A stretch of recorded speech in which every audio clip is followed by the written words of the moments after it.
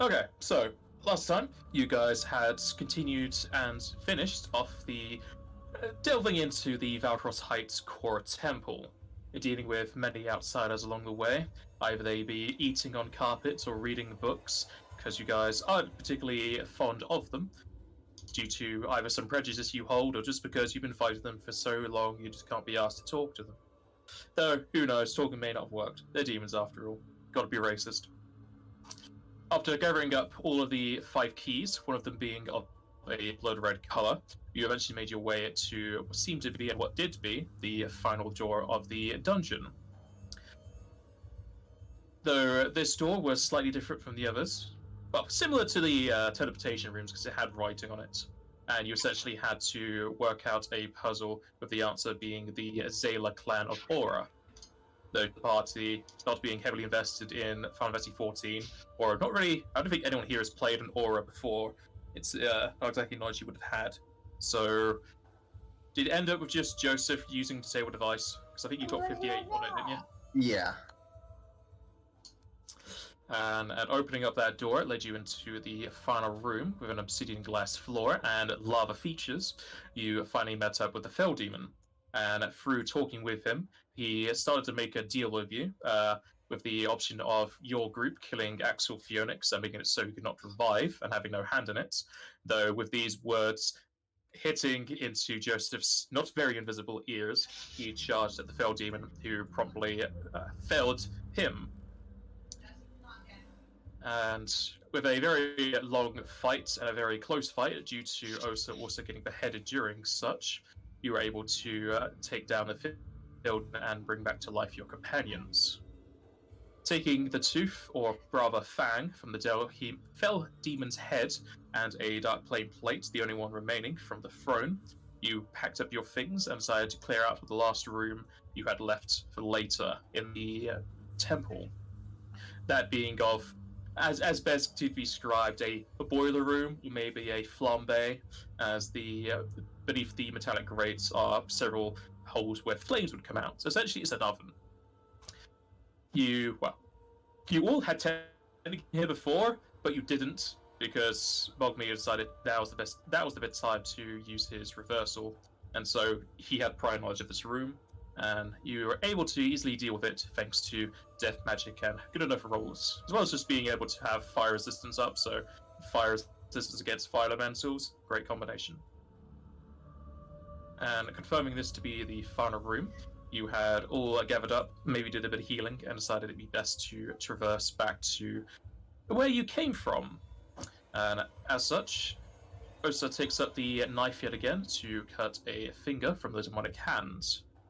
And as she does so, the finger will land on the metallic grate beneath you, thankfully not slipping through the cracks.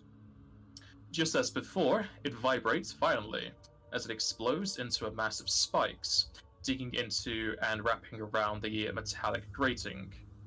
Bending and breaking it apart, the shards of metal also erupt into several hundred spikes, coming up in a sort of full-circled claw. It surrounds the party and punctures them just as before, both with the spikes and the metallic shards. Probably need to get a tetanus jab after this. As the spikes and claws dig in deep into the party, they are pulled underneath the floor, though underneath the floor of this is just a metallic grate, and it goes to like 20-foot drop, and then the Bunsen burners, as it were. So you fall through the drop, fall through the Bunsen burners, then you go through the earthy floor yet again. As you are pulled underneath the rock, you start to feel a heavy weight pushed upon you as you are crushed against rock and glass. Screams of the damned and wails of ghosts fills the party's heads as they are pushed around an abyss of darkness. The spikes in their bodies harden, shake, and explode into smaller spikes until the party are thrust from the floorboards of the inn as you were teleported from last time.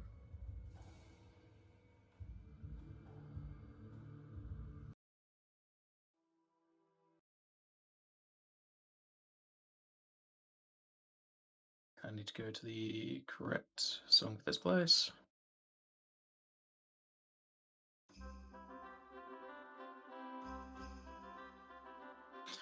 As you're thrust into the air, you fall back down to the wooden floorboards with a thud.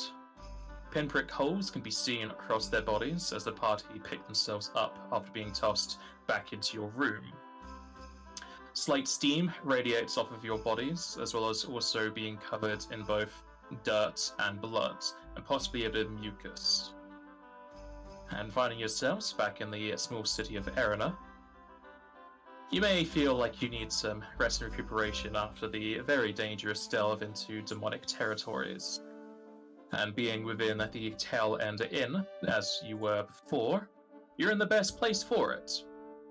And just because you had spent quite a few weeks in real life in the temple, I will reiterate to you that the Tooth and the Dark Plane Plate were materials for the Divine Derived Spike that Axel Phoenix told you to get materials for. And since he would not be here when you got back, he said to leave those materials with the innkeeper at the Tail End Inn, as it is a Nifel stronghold of sorts, though more undercover than anything else.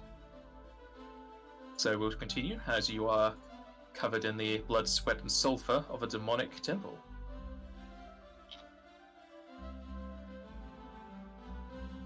Oh, that is such an unpleasant feeling. Ugh. Yeah, definitely prefer Mogmi's way of transport. Agreed, Goopo.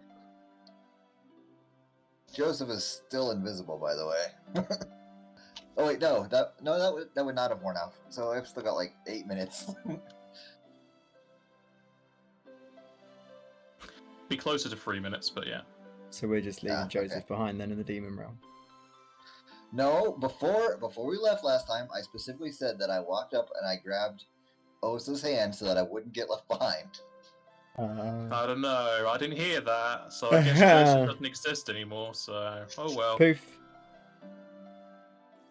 Don't worry. There's another character you can play. He's already been made for you. Yeah, it's not my character though. Yeah, it doesn't matter too much. The teleport is like an area effect, so as long as you're in the area, you get teleported out. He's not nicking my character. So they can easily see that you're covered in the sulfur and there's blood pouring out of you.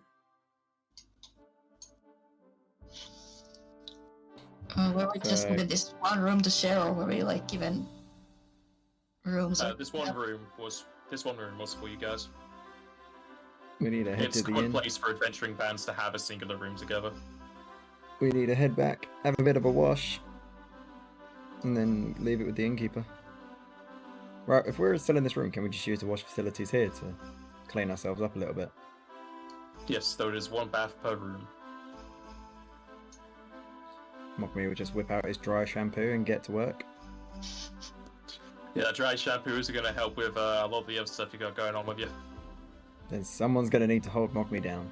Hose him. It's like training a cat to like water. I volunteer. What, to wash me or hold me down? Both. Oh no.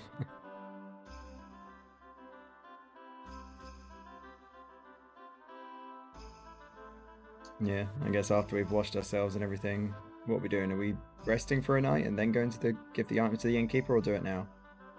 What is the time? It would be later than this.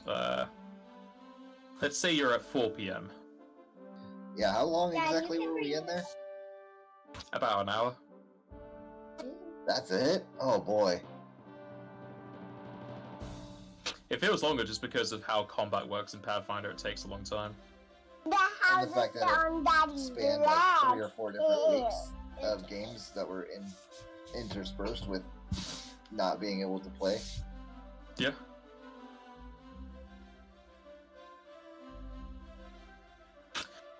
Though Mogmi, you will know that it's best to handle the materials as soon as possible so they can give them to the people that are crafting the Divine Drive Spike.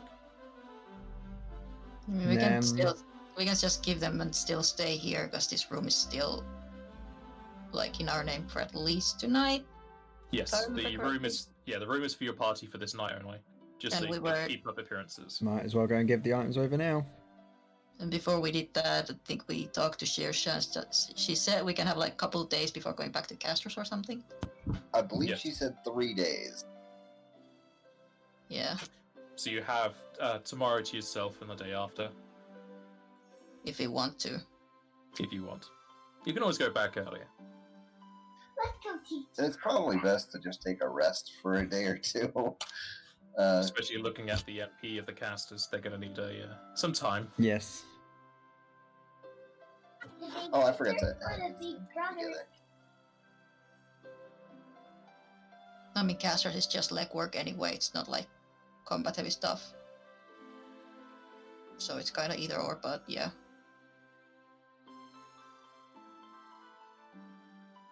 I wouldn't even know where to add MP at. What do you mean? Hang on, I have access to his page, I'll do it. You could just do it on the token itself. Wait, no I don't. I don't have access to his page. Damn it. No, only Joseph does. Oh, Joseph, you've got to figure out how to do it then. Spell stab. Yeah, I can just give him control to everyone. You just share the big boy. So you guys hand over the materials to the innkeeper and you rest for the rest of the day?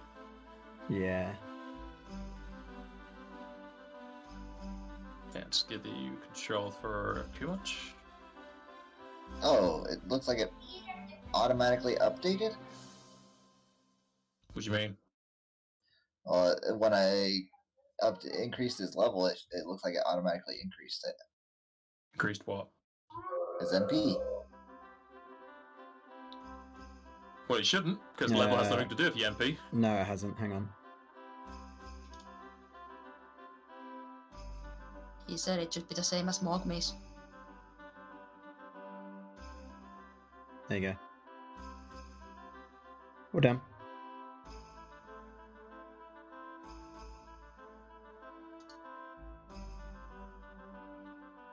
Alright, does Kumunch and Mogmi have Ring of Resistances? Because I can never remember. A ring of... no. I have a hat of resistance. No, Ring of Sustenance, not Resistance. Oh, okay, yeah, I do. Yes. I think we Okay. all have one. All of us currently have one. Yeah.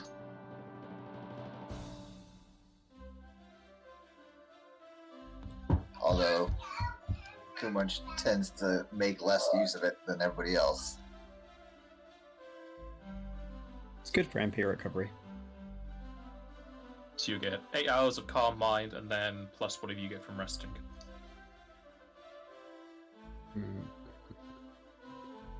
Can't remember what calm mind is again, hang on.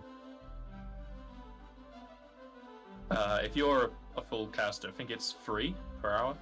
If Yeah, you're level 15. that's what I thought it was. Yeah, 3. And then it's... Oh, 3? Is it your caster level plus your modifier? Yes, resting is your cast level plus your casting modifier.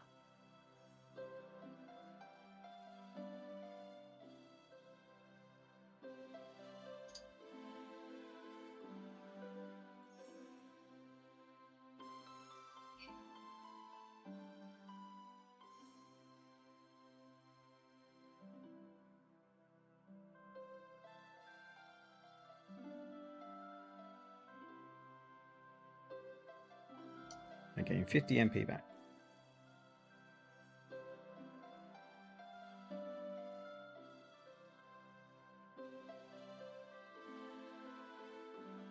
Is that total?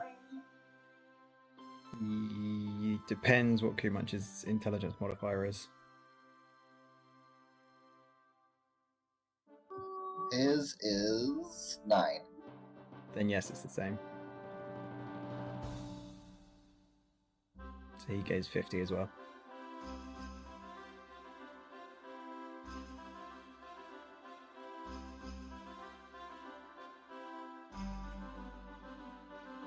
That was just for resting for the one day.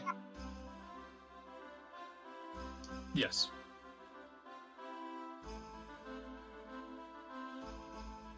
I didn't know if you guys wanted to do anything else for this day or not.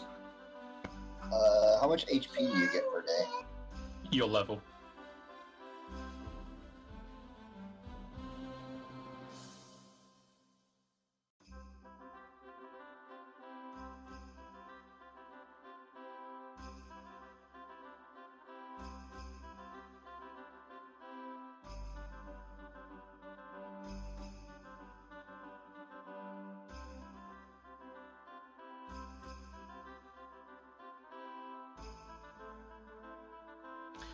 So, does anyone have any plans for this day, or we're just gonna pass it through? I was just gonna look for someone to re-pierce her ears. Oh, To put her jewelry back on. I'll say it's like 1 gil per piercing. Yeah, it's fine.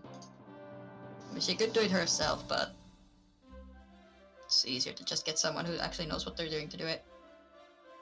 It seems you have to go through any sort of infection or just having a spell to cure the infection.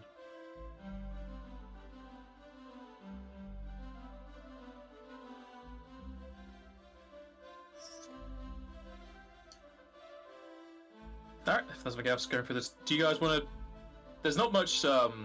Erena's not exactly the best place for buying high-end gear, so I don't know if you wanted to buy anything here. Ooh, yeah, I forgot about having money.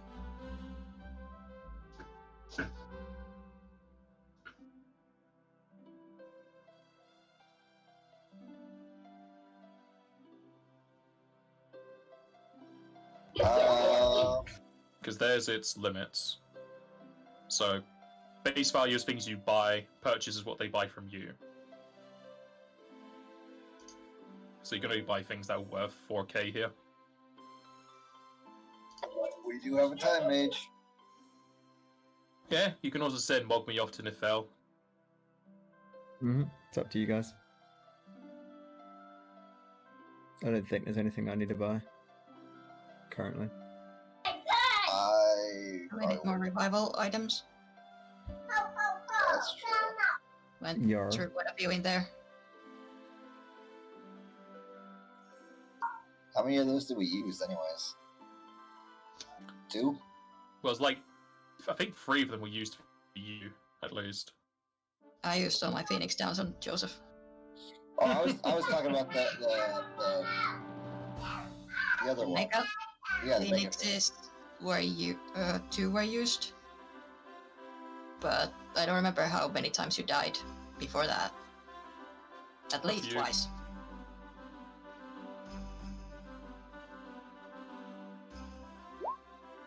A Big Phoenix would require Mogmi to go to Nefel. Yeah, I can pick some up. Do we have any more? I used the 2 that I had on me. I don't know if anyone else has got any. Kumach would have been the other one to have one.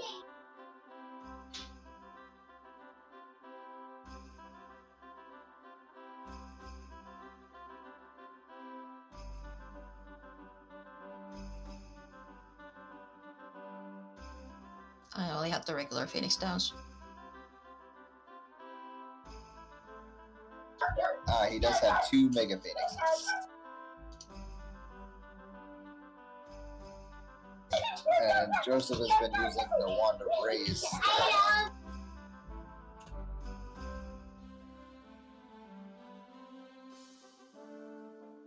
Yeah, well, the Phoenix Downs are meant for Joseph because you're the only one who can really use wands effectively. This is true, yes. And you are the one who tends to die most of the time. Damn it, Joseph. Yeah. Well, I can buy one of the Phoenix Downs. How much does a single Phoenix Down cost? 9,500. Wait, yeah. No, 9,500. that's a Mega Phoenix. I'm talking just regular Phoenix Down. Oh, don't know. What was the question?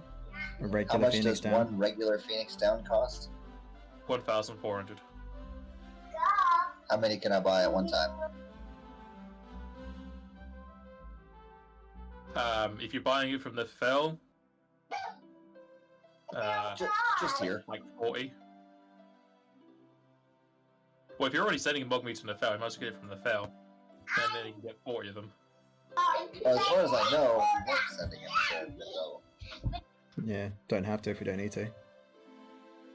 If you're getting them from Arena, you can get 3 of them. I'll buy 3 of them right now.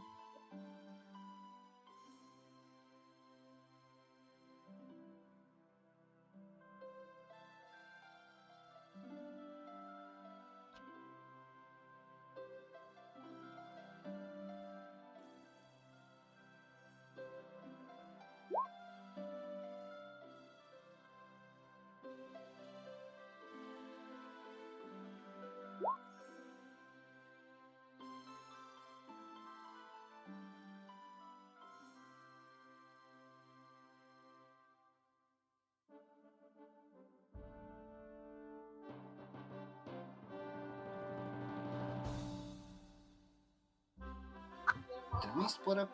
I don't think we split the gill last time, did we? Pretty sure we did. Yeah, I think so. I'm pretty sure you did, because I remember seeing a calculation for it in the chat. Yeah. Okay.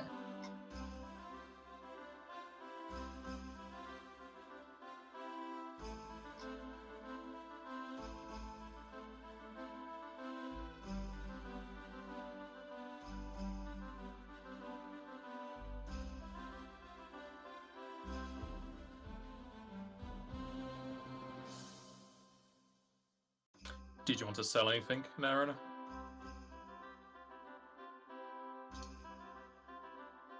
That's a good question.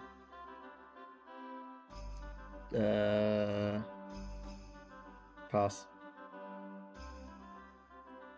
Have a look in the group loot, see if there's anything to sell. I'll open it up in a sec. There's plenty of stuff that if nobody wants, we might as well sell them. Yeah.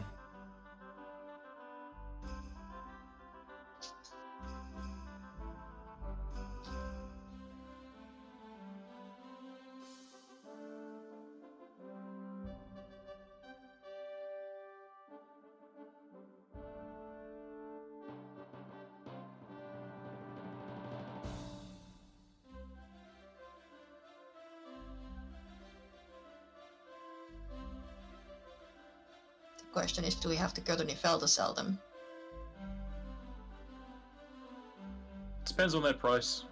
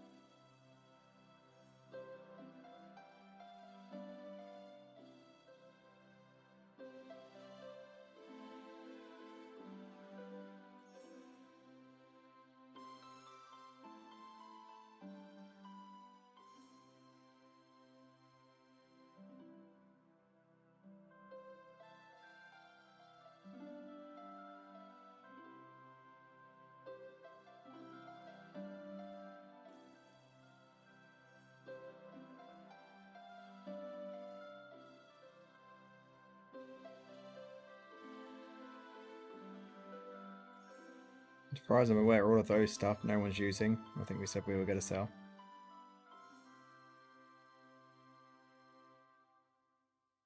If Joseph didn't want the ruined bracer since he keeps using the ruined scroll. Yeah, there's also those bits as well. Yeah, I don't need them because I want to keep my bracers. So, unless anyone's got anything else to say, we have all of that to sell. Okay, you will need to go into the field to sell that amount. Mogme will gather it all up, teleport himself over to Nefel. If everyone's happy with that. Sure. Yeah.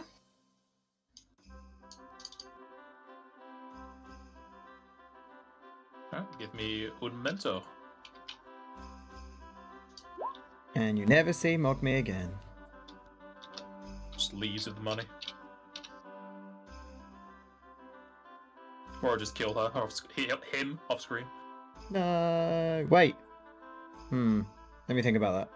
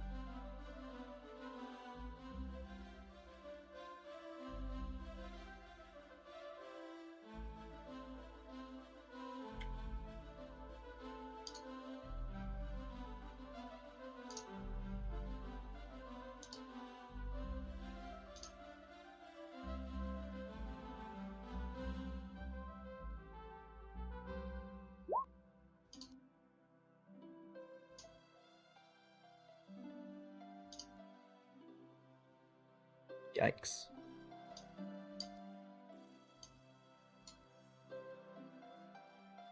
Now you see why you had to go to Nevel for that. Remember to delete those items from the group loot so you don't have duplicates. Yeah, I'll do it now. That's the gold everyone will get when they eventually teleport back. Remember to put the money onto Goo Bunch, even though it's not going to matter too much, but he's just going to run off with his share of the money. Right, all been deleted.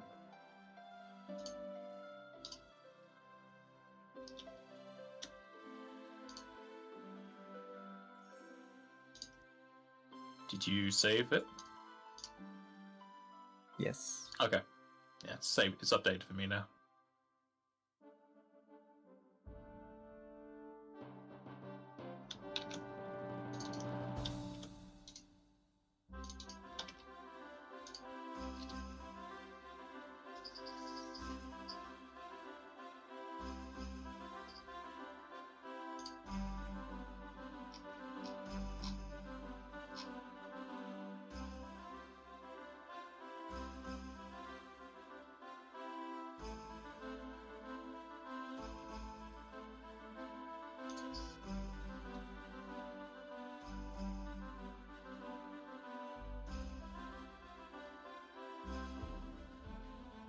With the obtaining of several large amounts of coin, do you want to buy anything with that, or just want to wait until you get over to Castris and have to pay extra?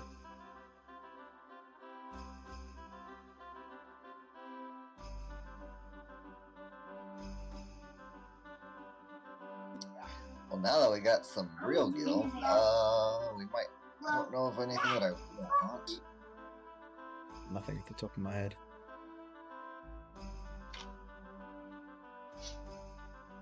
All the others I have are like craftables. So not really. I've got 2 open slots that I could put stuff into. A hand slot and a chest slot. I don't know what to put there.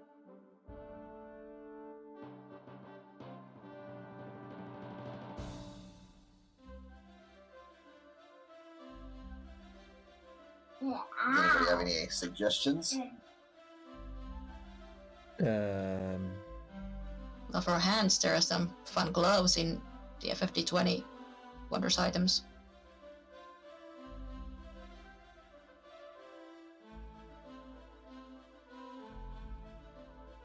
That do like status effects. Do I like? Or they do status effects?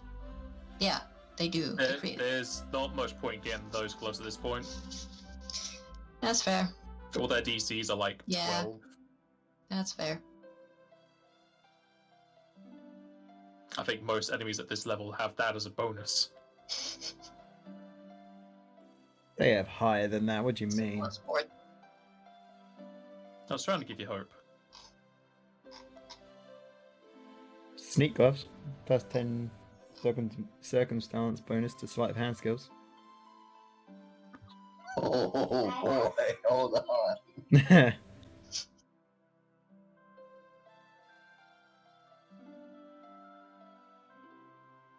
Isn't there? Oh yeah, it's there. I was gonna say Stowman's hand allows 3 rings to be worn in one hand, but you can't use that hand. You need two hands as weapons, so you wouldn't want that. No. He also uses a bow, so he still would not want the Stoneman's hand. No. I was thinking of getting it on my other character, but I two-handed a weapon, so it doesn't work.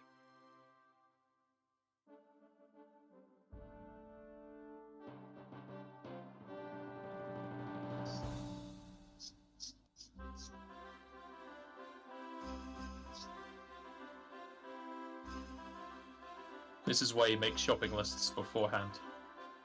Yeah, the only thing I well, might want for that is the sneak gloves. Currently not interested in buying anything, so Mogmi's done.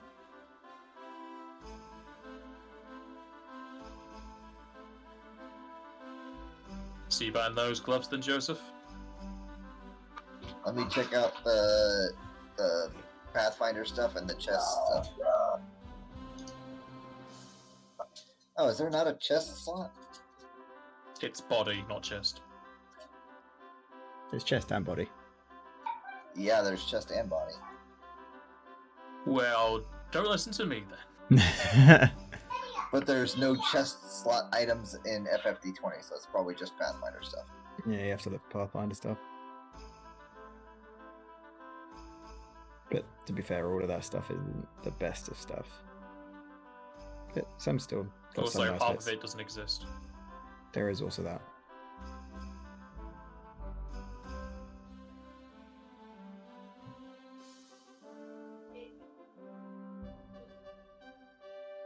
Didn't you have a quick initiative? So what? No, I have the boots of striding and sprint that increase my speed. This gives you a free move action once a day.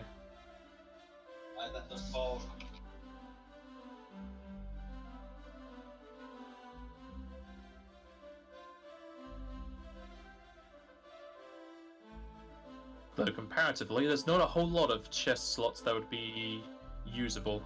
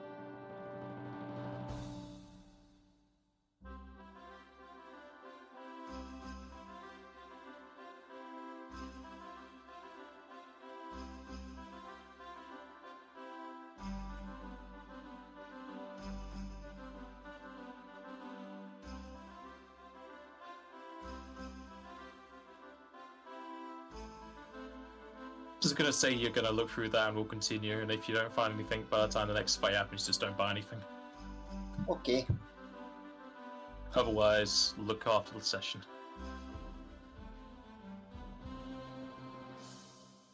So I take it nobody else is doing anything for the rest of this day, is gonna rest until the next.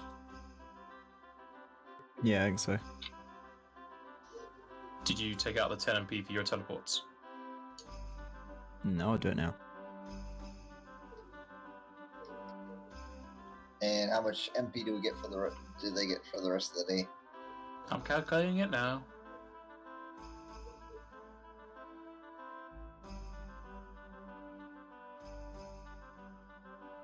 Since you have the inn, you don't need to do schedules. So you have 20 hours of calm mind plus the rest.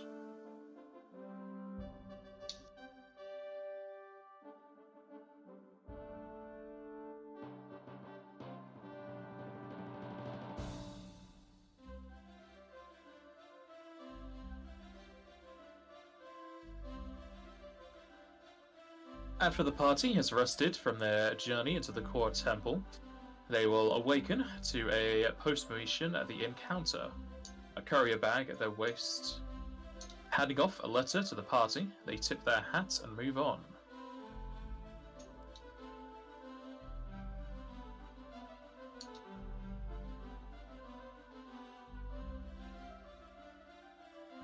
Let's read it.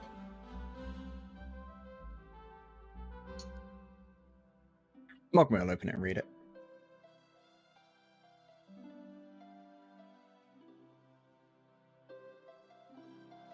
Alright, 1 second.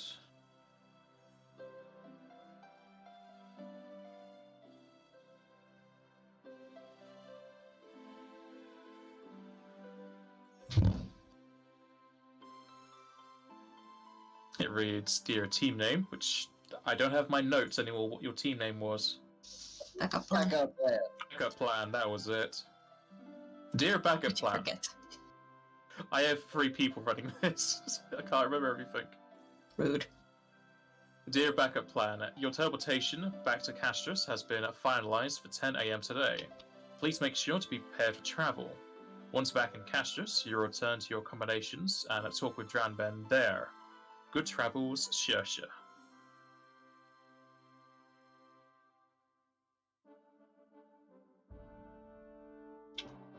What do we do, Kupo?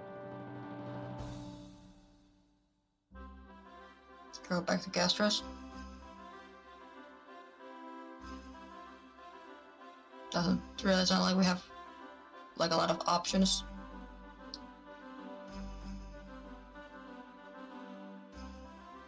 Well, I guess we start packing up then and getting ready to go. Alright, gathering up your things, you move on your way to the teleportation hall of Erina. As you get there, you'll find a regiment of guards who wear the clothing and colours of Castris. Their rough and tumble aesthetic betrays them against the normal everyday look of civilians and adventurers. One of the guardsmen will notice the party and address them as they approach. Good morning, sirs and madams. I hope your time here went well. We are to escort you back to Castris. You must have some powerful friends or be powerful yourself to get teleportation access. Are you all prepared? Aye, Kupo. Yep. Yep. And with the words, the party teleports along with the regiment back to Castris.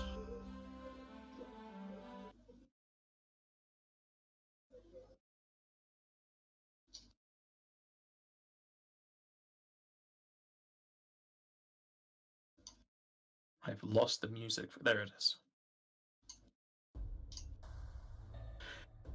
With an all too familiar feeling of teleportation, the party are whisked away back to the teleportation building of Castris. The sounds of happy civilians and cheerful laughs is replaced with the constant shuffling of feet and people at work.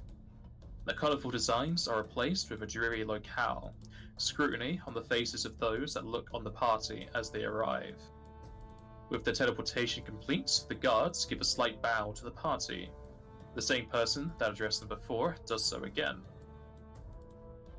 I wish you a smooth time at Castris, and hope to do business in the future. Sure thing. The guards then start to disperse into other areas of the building, or even leave it, allowing the party to go at their own pace back to the D house.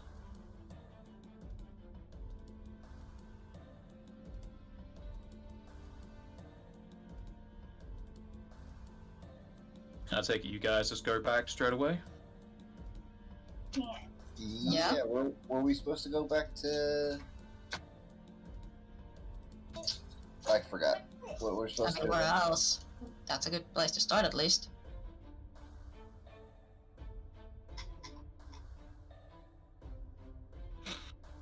Alright. Taking the normal streets back to the D house, the party will see that Castris has become quite a bit more busy than their last visit. More civilians walk along the roads, adventurers are come in sight entering shops, as well as the overall security having risen. Either due to their own efforts or something in the background, the city feels more jovial. While not overly advertising it, the party can easily notice an increase to the number of Divine Destroyer's members moving about the city. Arriving back at the D house, the party will hear a bit of commotion inside. That's of several people talking and movement of chairs.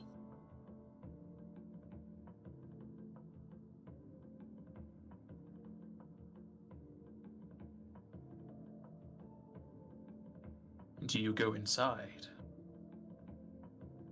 Yes. Is the door locked? Yes. We should have keys for it. Yes, you do. Yeah. The question is, are you going to try and picklock it, or are you going to actually use the key? I guess we'll use the key this time. Unlocking the door and entering into the house, the party will see it full of Divine Destroyer's members. Some could be recognized in passing, others are new. Sat at the table are both Dranben and the Galka Raudag. Tankards and glasses in hand, the group here seem to be in high spirits, as well as drinking the high spirits. Dranben stands on the table as he raises his tankard to the party, the other members doing the same, as he begins a short speech. Our heroes have returned. Give welcome to those that have a heavy hand in our progress. With a hearty cheer, the crowd shouts, "Hear, hear!" Dranben continuing as members begin to hand out tankards full of ale to the party. I hope your sojourn to Erina was fruitful. The time you've spent away has been well utilized on our end. Combined with your own efforts in recruitment, we've reached a solid 1,000 members of the Divine Destroyers. The creation of the plane has increased 100-fold since we began, and we're mere days away. A time to be hearty. Raudag stands as well from the table as he moves to the party, handing each an emerald green painted slip of card, a symbol of Titan drawn onto the card. Dranben continues to talk to the party.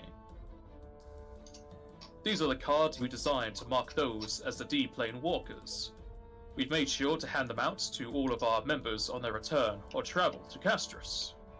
They are arcane marked and allow us to essentially give you free access to the plane, or to check if you are missing. I shall be talking to Wyznwyb overmorrow for more concrete details on timings. After which, we shall arrange a meeting for all of the higher-ups, your group who is also considered a part of. Taking a large gulp of his ale, Dranben smiles. Smile widens on his face.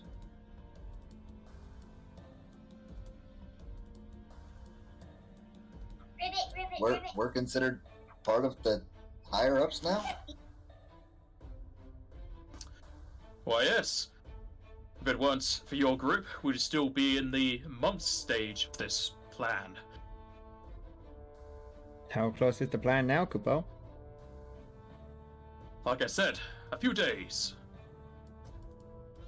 Wow. Oh, boy, that's sudden. Mogmi kind of just look around at the party, just like with sweat dripping down his head.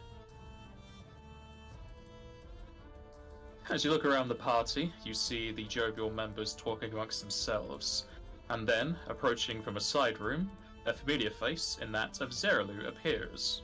His face shifts from happy to ecstatic as he notices the party, quickly moving over and speaking to you. Friends, it is great to see you here. I hope your missions have fared you well. Quite joyous, is it not?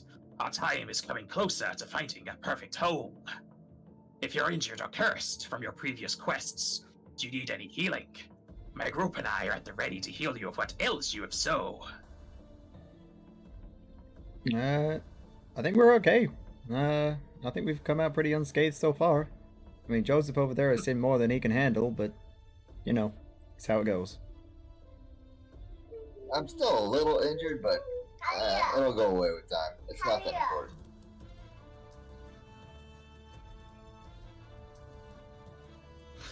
Dranben will speak up once more. We're not expecting much in the way of work. A lot of our other members and us lieutenants are completing out any outstanding quests before the week's end. You'll have today and tomorrow to yourselves. The day after, I'll have the meeting place and time set up for us. Dranben gives a solid clasp onto the shoulder of Osa before returning to talk with the other members, unless you guys wish to stop him to talk to him. No, I'll allow him to continue. As if you could stop him. Hey, I'm a time mage, I can stop everything. At which point, the party is free to talk with the other members and mingle, or ask questions where they can think of any.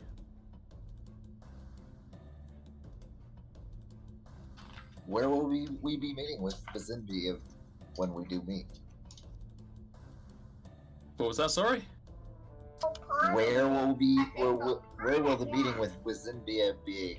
Setting that up. Ah, okay. So on this Do they have pamphlet a- that he gave us, the emerald green one, what is on the invitation? Does it give a location yet or not? No, the card is essentially your key to the plane. Okay.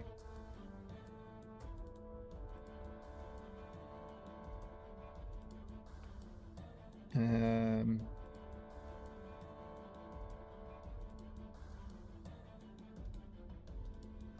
Also, will just kind of, after standing around awkwardly, just kind of slip away and just assume that her room is still free, or there's like one free room that she can just take and just go there.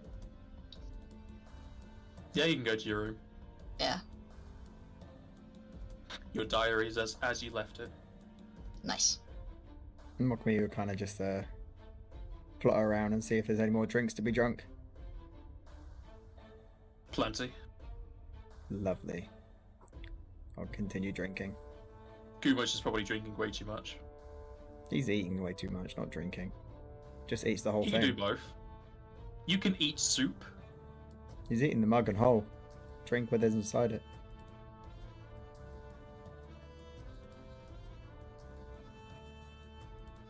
Now there's a different story. Do you eat soup or do you drink soup? Yes. Thank you.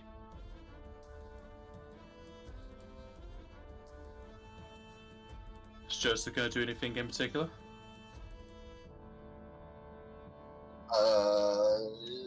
Maybe Don't- don't charge at anyone and start to attack them straight away. Maybe. We'll see.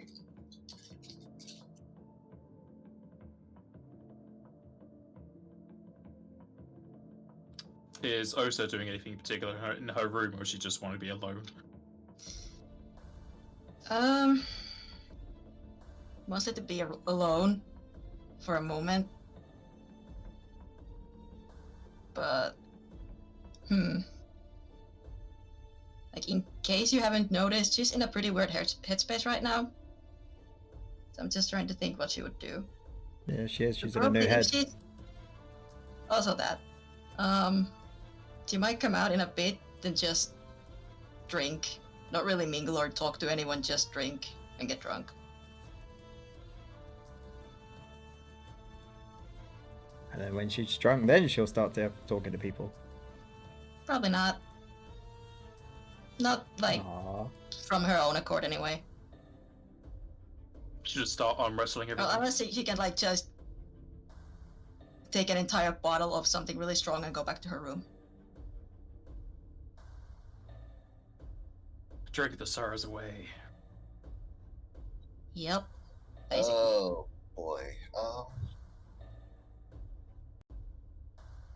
You got new brain cells to lose, so got to put Yeah. that brain to work. Exactly.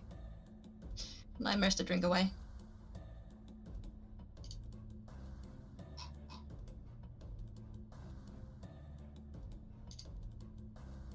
So is anyone going to do anything in particular for the day? We're going to pass into the next. I think Joseph is gonna find Osa after a while and see if there's something going on that he can help with. It's not hard to find. She's not exactly being like subtle or anything. No, that she definitely seems to have advanced in her stages of shock.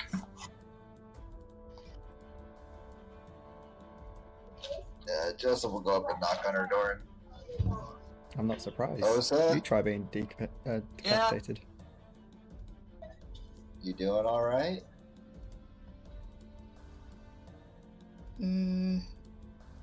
It's quiet for a moment. Then you hear a little bit shuffling and footsteps, and you hear the door lock like click open, and then the footsteps retreat back into the room. I'll come inside. And She's just close. kind of sitting on the floor, leaning on the bed. So imagining it just holding the bottle in her hand and just taking swigs from it. I'll come up and sit across from her on the floor. How we doing?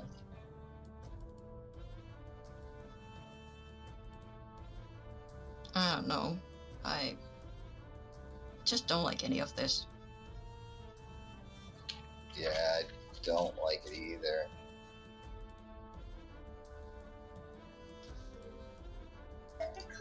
I get the feeling that you were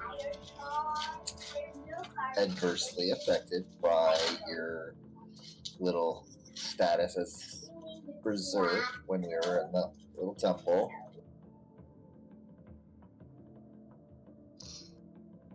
You remember when we talked and when you told me about what you're the most afraid of? I do. Do you know what I'm most afraid of? I don't, but I think I can have a bit of an idea. Why don't you tell me? I'm terrified of losing control. All through my life, I've had...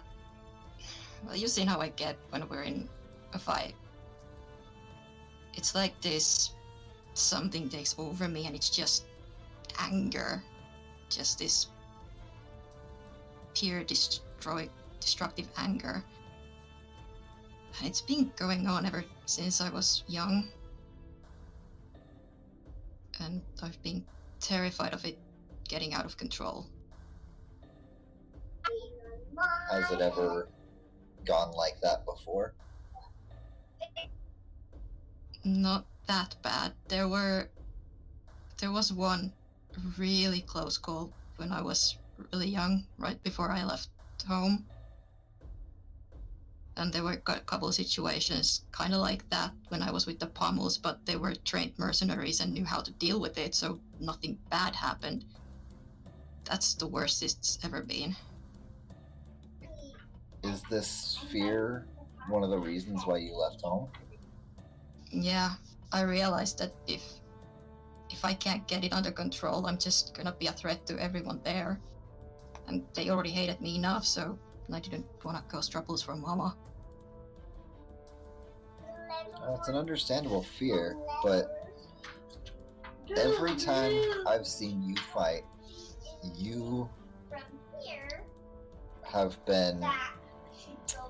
How do I want to say this? You've been a perfect storm of clarity and anger and violence of motion. You have always been able to tell friend from foe. You've always been the only time that I've seen you lose control is when it was forced upon you by outside influences. Well, that's what also makes it even more terrifying.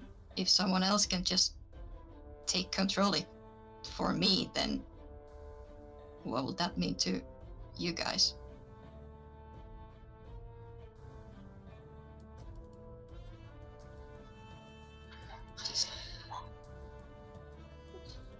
It's definitely something difficult that it's a very real fear for you. I understand that. I feel like you do have a fairly strong will, and that it would be hard for outside influences to get to you like that. Like I said, this is the first time I've seen it like that. Like the first time it's happened to that extent, it's I was just starting to get almost proper hang of it, I think, and then that happened.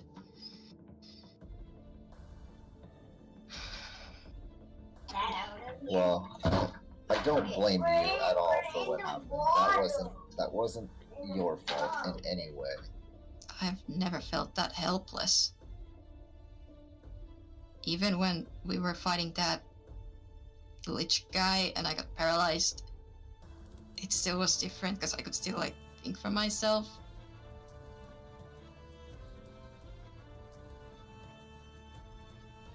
But I don't know why that image popped up, sorry. kind of got confused a little bit.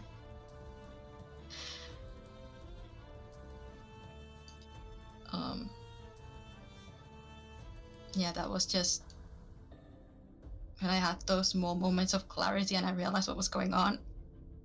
And when I heard you guys talking that it could be permanent, never want that to happen ever again. Well, then we better buy some more scrolls of whatever can. I think it was Basuna. I think that's the one. I'll keep one around at all times just in case.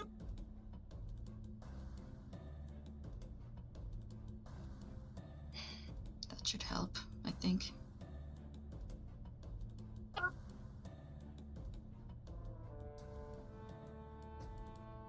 Well, I hope you feel better, and if you ever want to talk about anything, I'm always here for you.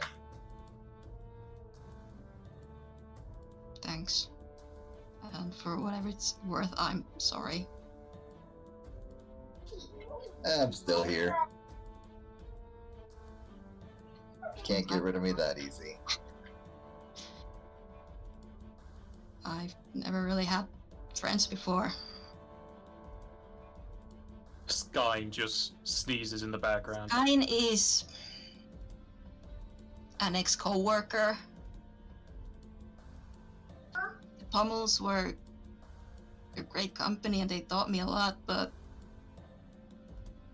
even with them it was always a, you know, you work with those people, don't necessarily open up in the same way. And I was a teenager when I joined them, and there were plenty who were just straight up adults. It's kind of hard to relate.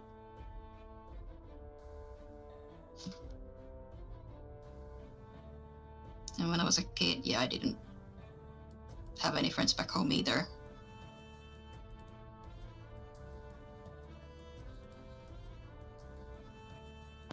Well, I've said it before and I'll say it again. You are the best friend I've ever had.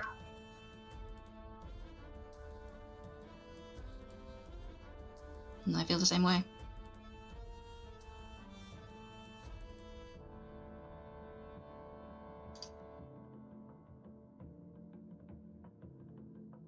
Do you want to come back downstairs and mingle, or do you want to stay up here by yourself for a little while longer? I think I'm gonna stay here. Even without all this going on, and she just kind of points to her head. I still don't know how to feel about the situation downstairs. That is a whole Part- other beat. People partying about something that might end the world as we know it. Yeah. Why don't you pass me that drink? I think I'm gonna stay up here with you. Unless you would like me to. Give him the bottle.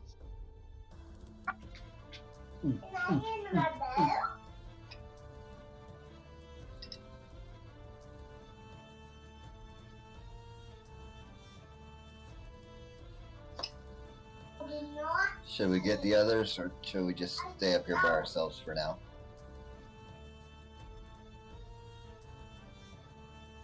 Or maybe we could take a peek and see how they're doing, but I thought Kumanch was enjoying himself. There's food. Kumunch is always enjoying himself when there's food. Yeah. I mean, I don't want to deny him food. I'll just go peek around the corner and see what Mogmi's doing.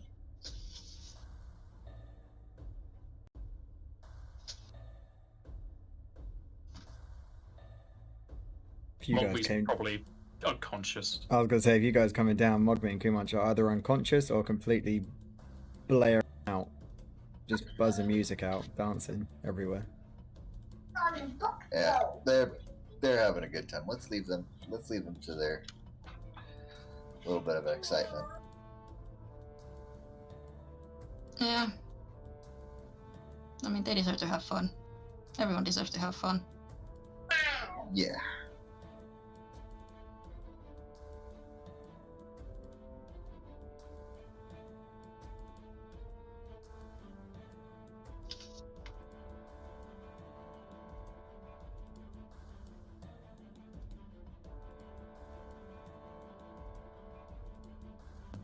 And scene.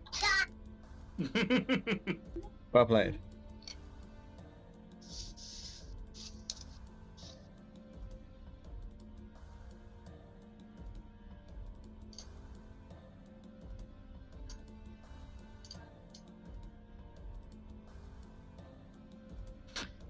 You guys comfort each other, get drunk, and the other people off, passed out. Move on to the next day, where people wake up with probably hangovers.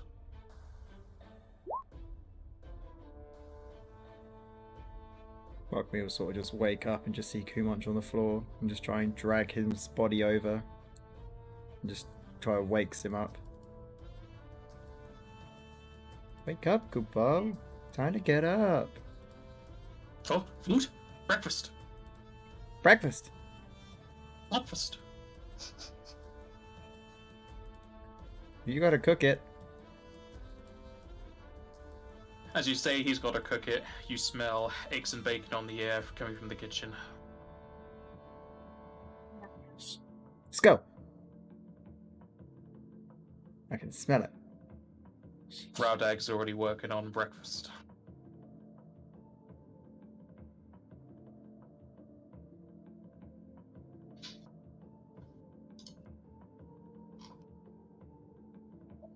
I feel like Osa and Joseph just eventually passed out on the floor of her room at some point. That's what I said. Yeah. Just awaken on the floorboards, possibly a bit damp. Oh, my neck. Oh, that kink is never gonna go away. Oh. Never slept on the floor before. Not like that. Yeah, fair enough. Kinda dumb not to use the bed when there was one.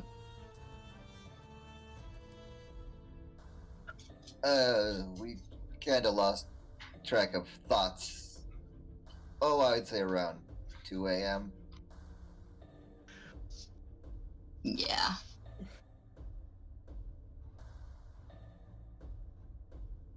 I smell eggs and bacon. Should go downstairs. Sure, I don't know how you... Of course, you're no... Never mind. I can't smell anything. Well, she does have a fresh new nose. She could probably spell things even better right now.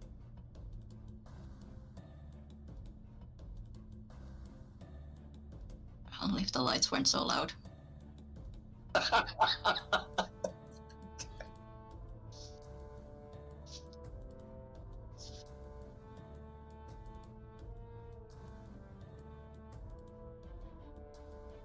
Yeah, Joseph and Osa probably join the others for breakfast.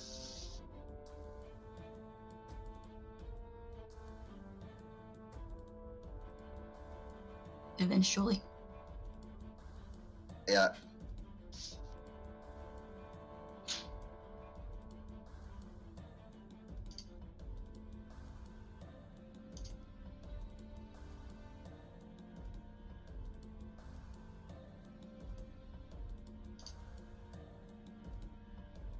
You all have a lovely family sit-in meal with Roegadyn. Yeah. You may call him Roegadyn. No. No. Okay.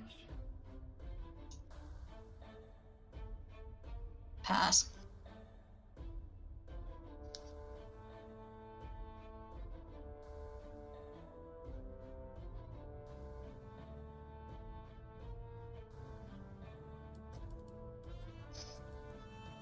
Oh no. So, what do we wait for now? Are we waiting for information? You're waiting I think for we said- tomorrow. Yeah, we've still got a day of doing stuff. Anything you guys want to do today? Kupo?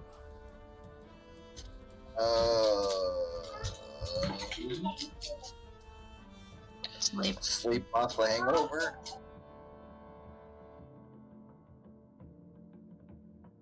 I'm gonna go walk it off, maybe for an hour, and then come back. Keep an eye on your pocket. I'll fly up 10 foot and fly around for... That's not walking it off, that's flying it off. And probably flying whilst drunk isn't going to do well for you. It's fresh air. Well, not drunk, hungover. Fresh air is good for you. you say so. Is the party going to do anything for this day in particular? Not in particular. Are there like bathhouses available? Yeah. Joseph definitely needs a good long soak in a hot tub. Just get the last several weeks just off of him. Finding all of his new scars and admiring them. You already have quite a few, since you'll probably get one every time you die. I would think so, unless I use my regeneration scroll on myself. But they won't remove the mental scars.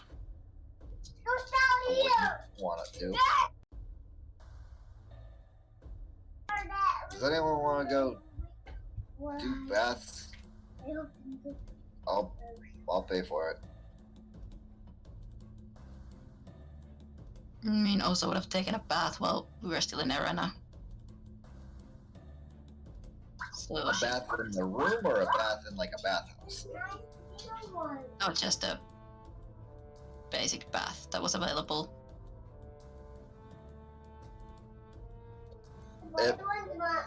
Soaking in some hot water might help with other things.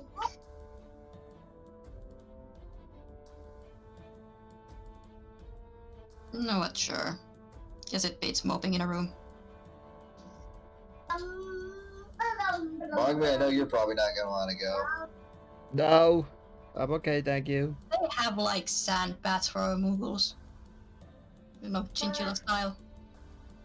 They might have something like that. If there's someone to brush my fur, I'll go.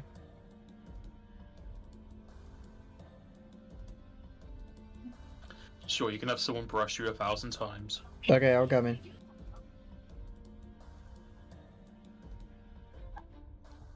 Does too much want to come?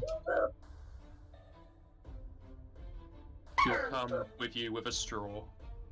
He's gonna drink the bath water. Oh boy.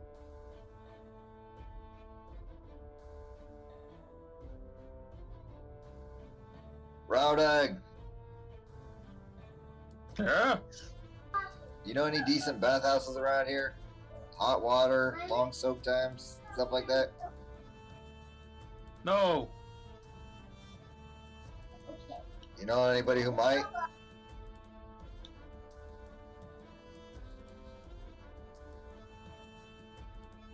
Good question. I don't exactly talk to people about baths in this place. It's not exactly the type of area you'd want to leave your stuff in a locker. Yeah, we're not gonna be taking most of our stuff with us.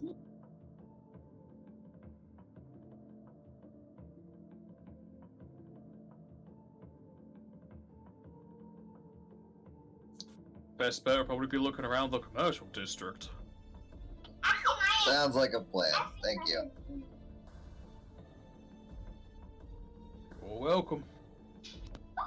I'll go look for a bathhouse. As you go there, several police cars go by.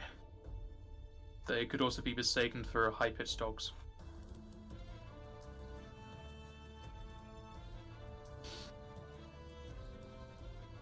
You head on your way to the commercial district, and after a few minutes of searching, you will eventually come across a bathhouse.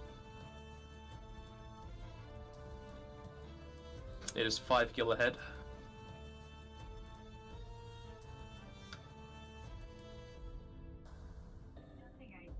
I'll do it. I'll pay for everyone to go in.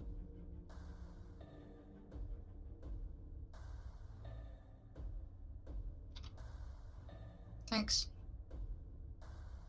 You're welcome, Kupo.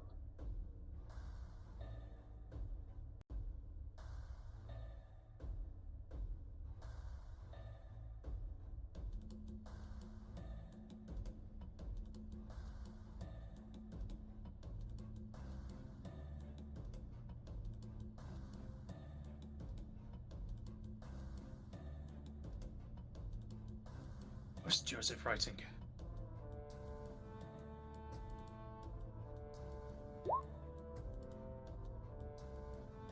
Well, it's Too too late. late. Mugme's doing it. Wogme's dished out his cash now. Oh, fine. Yeah, let me spend my money. So you will go to a local bathhouse, and you're able to find a. I was gonna say I do not take anything of value with me. The only thing I have on me is clothes and enough money that I was going to pay for the bathhouse with. You did say when you were at the house you weren't going to, so I assumed you were going to. Okay. You pay for the bathhouse, at which point you'll go into a very large pool of water that is heated and has several areas of bubbles and steam, surrounded by large rocks. The pool is relatively safe and secure, not much issue of having to run and fall in, though if you do so, there may be a chance you fall in. Tall wooden barriers separate out the separate baths. There are ones for male, female, mixed, and none, since there are races that don't have genders.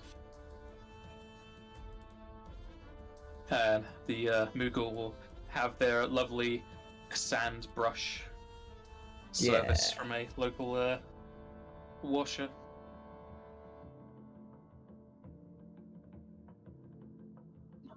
Joseph will head to one of the shared baths. Yeah, also I'll take the mixed. Unless it's like packed. There's not there is not many people here now. There's probably like 3 or 4 people besides you two. Yeah, that's fine.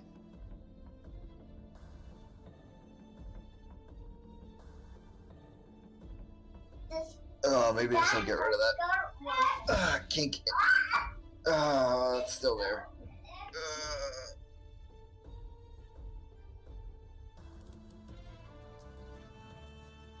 Felt kind of homey to sleep on the floor, because honestly sleeping in a bed is a luxury. So used to sleeping in the wilderness. Yeah, we really should have.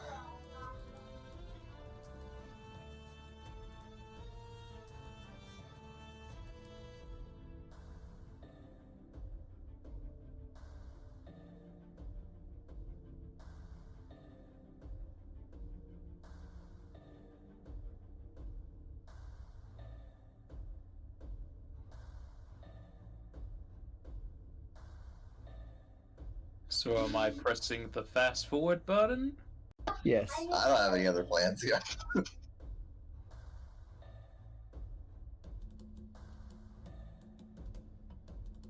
Then I shall pass the fast forward button and progress to the next day.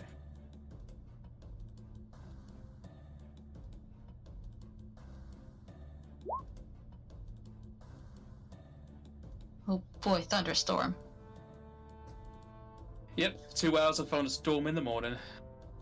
And it's a bad time because you're going to be going out. No! I refuse! With the days passing by, the party rests and recuperates from recent missions. The D-House sees a bit more in the way of visitors from the Divine Destroyers. When the 2 days are finally over, the party will be visited by Dranben once more, wearing more formal attire, though not forgetting his offensive gear. Speaking to the party, he will say in a straight voice. Good. You're all here and ready. The higher-ups and longest-standing members of the Divine Destroyers shall be meeting in an hour or so. We're going to our current main base. It's located in the northern part of town. A large establishment by the name of Crown Estate. The estate was recently bought by us, its size being perfect for our newly grown organization. Please, follow me. Okay.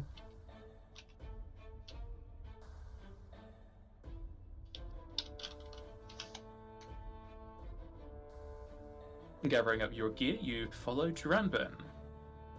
As the party makes their way to the meeting,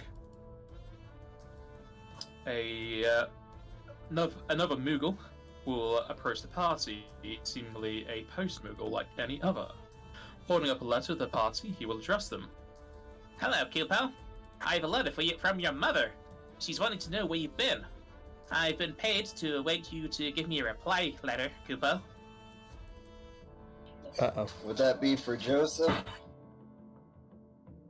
That's the one, Kupo. That's me.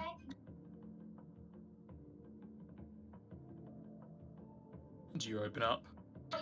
I'll ask if we have time for me to write a reply right here. Dranben will look over and cross his arms. Family is important. Please, make a response quick. Thank you. I will open it and I'll read it. Opening up the letter, you will find it to instead be a missive for Lieutenant Colonel Wedge, though it will not be signed with his name. And I should give you the handout for this.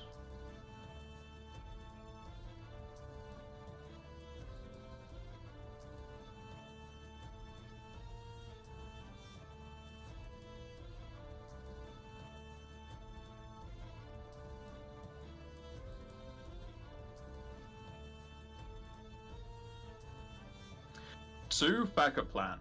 We have come across intel that the Divine Destroyers are nearing the time where their leader can ascend. If you are knowledgeable about their base or Titan Backbreaker's location, please write it on this letter and return it to the messenger. I will pull out my ink and quill. So do you mind if I write on your back for a second? Yeah, no worries. She'll kind of bend down a little bit and be at writing desk. I'll position myself so that she is interposed between me and Dranben. I was going to say, while Joseph's writing that, I'll go over to Dranben and just turn him towards me and have a conversation with him. And I will write we are meeting with them and being taken to their base at this moment. So Titan Backbreaker should be there very soon, and we will also be there very soon. And it's going to be I'll write the name of the building and it's in Castris. All right. The conversation between Mogmi and Dranben is that of how Mogmi hates the rain, and he's currently having a terrible time in this thunderstorm. Agreed. I will return it to the post mogul, and then I'll just be like, Moms, good news is she's got time for us to meet her later this month. But anyways, we'll carry on. Let's go. After writing out a response, the Moogle will take it and fly off at speed. At which point, you continue to follow Dranben. Following along with Dranben, the party will walk for a good 10 minutes before arriving at their location. Arriving at the estate, the party will see it to be a grand complex comprising of several rings. While more long in design, the building has several levels to it with windows peering into the intricately and lavishly designed interiors. The outside of the estate is surrounded by metallic gates and shrubberies reaching 15 feet tall.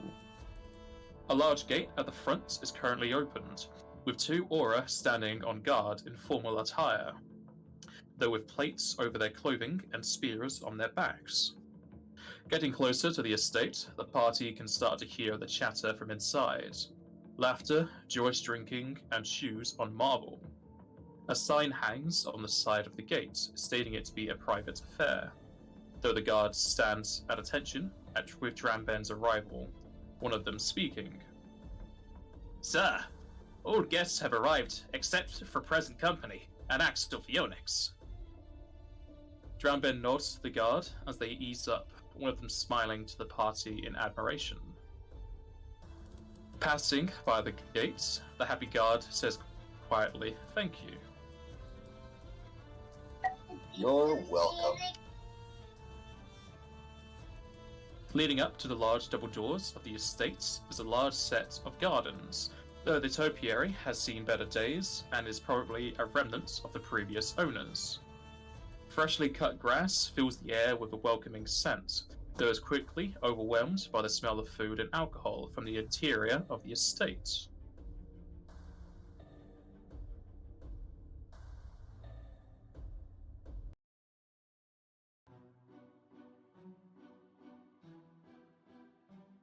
Pushing open the doors, the party enters into the main entrance hall of Cran Estate. A large open hall, only blocked with 4 tall pillars that hold up the 30-foot ceilings. It is filled with Divine Destroyers members from Orcs and Elvan to Muggles and Trolls. Several tables and chairs have been set up, with people eating and drinking at them. Several buffet tables squeezed between the 4 pillars. In attendance are the lieutenants of the Divine Destroyers, though lacking Azame, as well as Titan Backbreaker herself, all in combat attire, along with many other members. We were kind of nudge Joseph, be like, Joseph, go. Wait, no, not over control. What? Don't you remember? You cut out. I couldn't understand what you were saying. Yeah, you cut out for me as well, Jack. Damn it! Something I said quick. it's. Oh, I said oh. it's the troll. Is it the Oh same? god. The one that's been Oh, following God. you around. The one that you decided to try and make plans with. To overthrow the Is troll it the queen. same one? I'm assuming it's the same one. From a Right. distance, it's hard to tell. And there's 3 of them at least. Do I recognize any of them? No. I'll start making my way in. And then my lighting broke. Give me 1 second. Oh dear.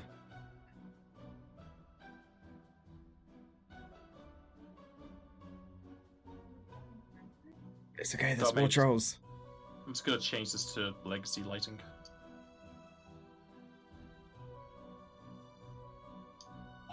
It's working perfectly for me.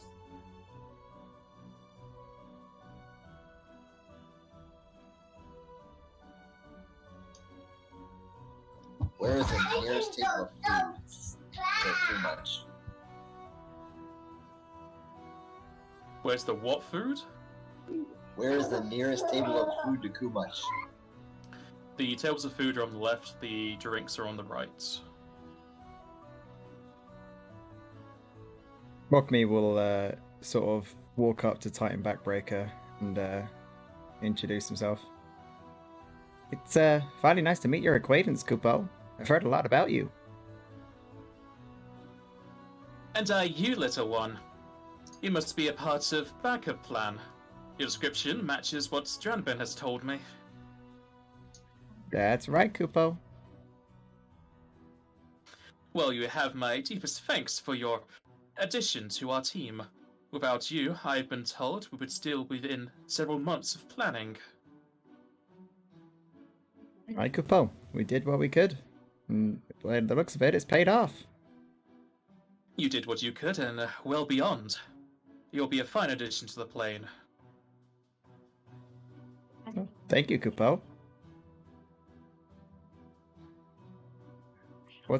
What happens next now? Is there anything that you require of us? No, you've done more than enough. More than most of the members within the group combined, actually.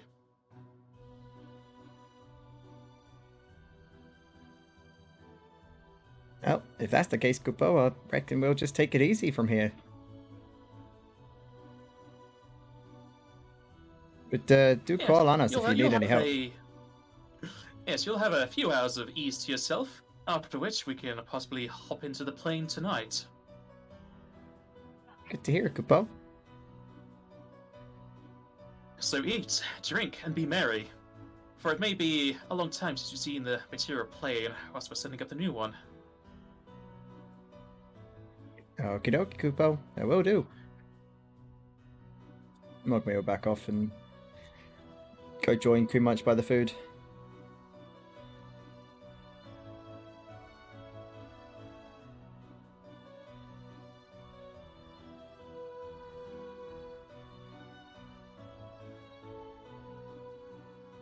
Kumunch is definitely eating his fill.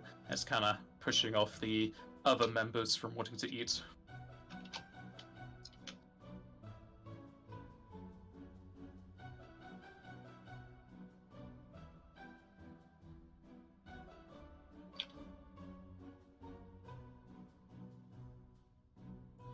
What is Joseph and Osa doing?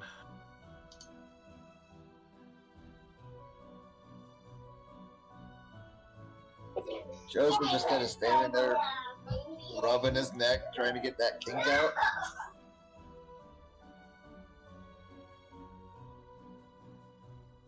I was just kind of looking around and kind of taking in all the people here.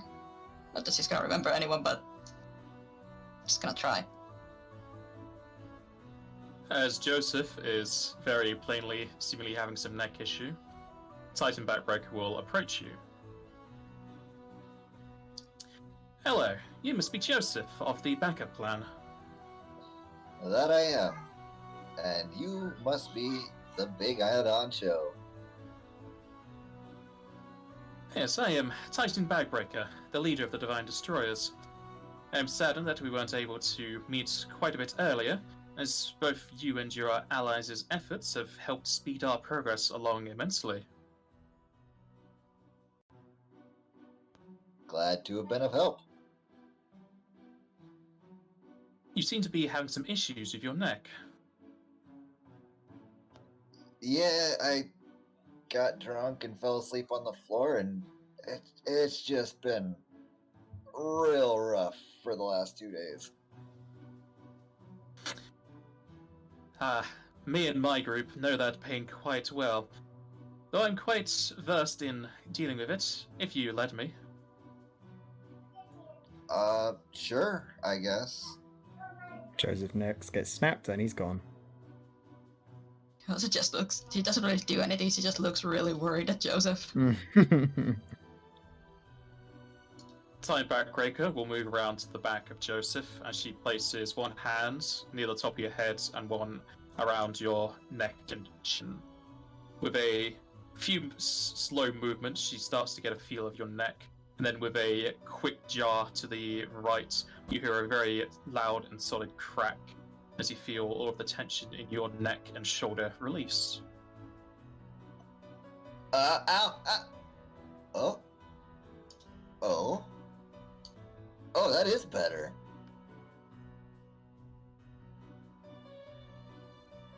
You shouldn't have to be dealing with pain whilst it's a time of joy and party. Oh, I appreciate it.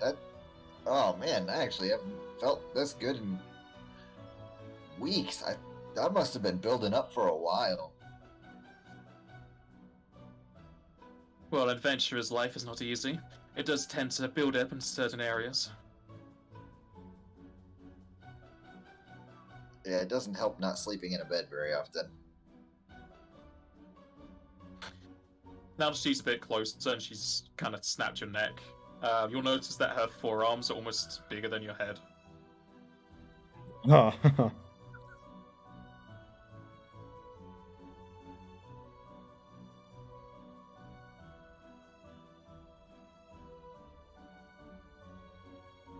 I feel like you can never fail that check. Oh, you can. Higher HD things are... Oh, okay. Hit dice don't relate to, like, class levels. So, like, an Elder Dragon or something like that could have, like, 50 hit dice or something like that on top of class levels.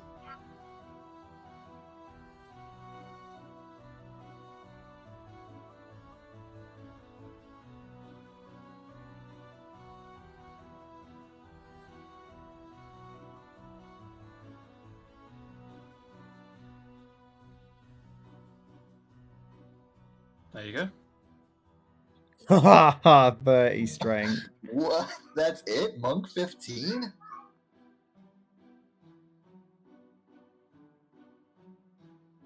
That's not even her final form. Apparently.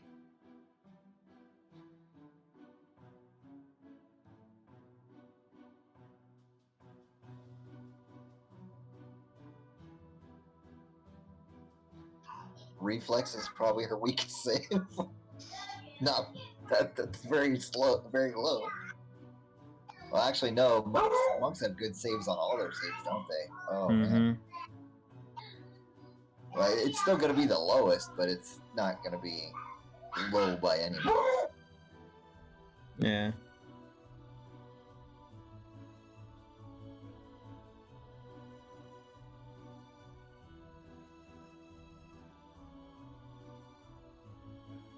The Titan backbreaker sees you eyeing her up. She looks towards her arms.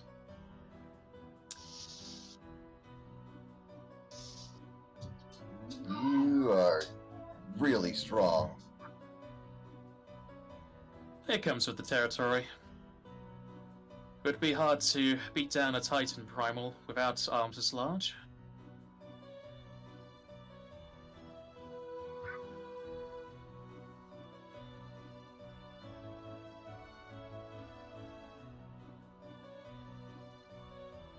Well, there are other people I need to converse with, so I shall leave you to the party. Very well. I appreciate it very much. Thank you.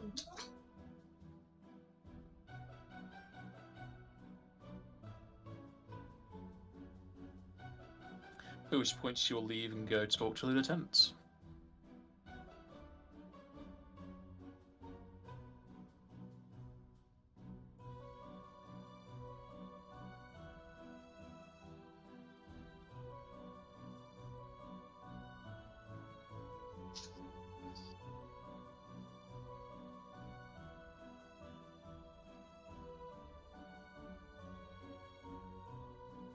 I don't get people.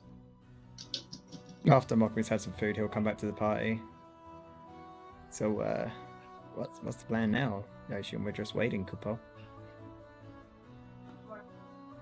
Yeah, let's just enjoy ourselves for a little bit. We'll see what happens when it happens. Is that enough? Time?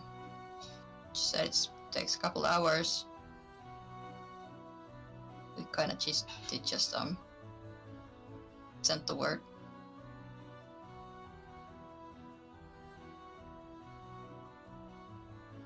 Do they have enough time to do it? Do their whatever they're gonna do? Well, I'm sure we'll be here for a little while.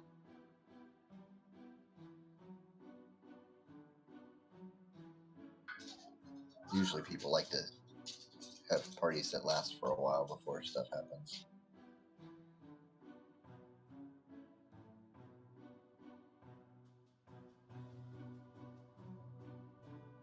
I take a look around the room and see how well geared the people here are, aside from the top trio.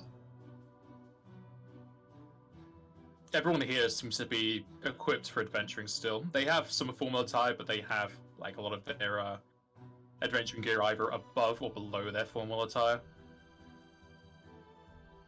There's not too many that are on your gear level, but they're definitely well equipped. Next question, how many people here are just straight up drunk? And what is the generic drunkenness level? Not many people are drunk because it's at the beginning of the day. Some of the trolls were a bit tipsy, but they don't really drink much. You would think with their regeneration that it would not affect them as much. You would think. It's a poisoning, so does that count? That's true. They also typically have very healthy bodies, so I would still think that it wouldn't be as Yes, effective. but they don't have much of resistance because they don't drink much. The only times they do drink is when they... back when they were just clans and raiding people, they could only drink when they raided. So it's once in a blue moon. And as if it contains alcohol. And I don't know if this is something it's even possible for Osa to tell, but with the rate that these people are drinking and eating, how likely they'll I don't know how to word this, but what will the situation be about in a couple hours? How fast are people drinking and stuff like that? They're not drinking that quick, it's more like social drinking. Okay.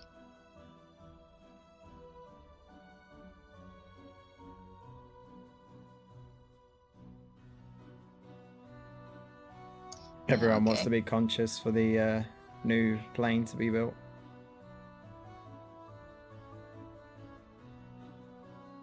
Yeah, I guess that makes sense. Just kind of worried what will happen to, like, you know, the rest of these people when it goes down, I guess. 'Cause they don't know what's going on.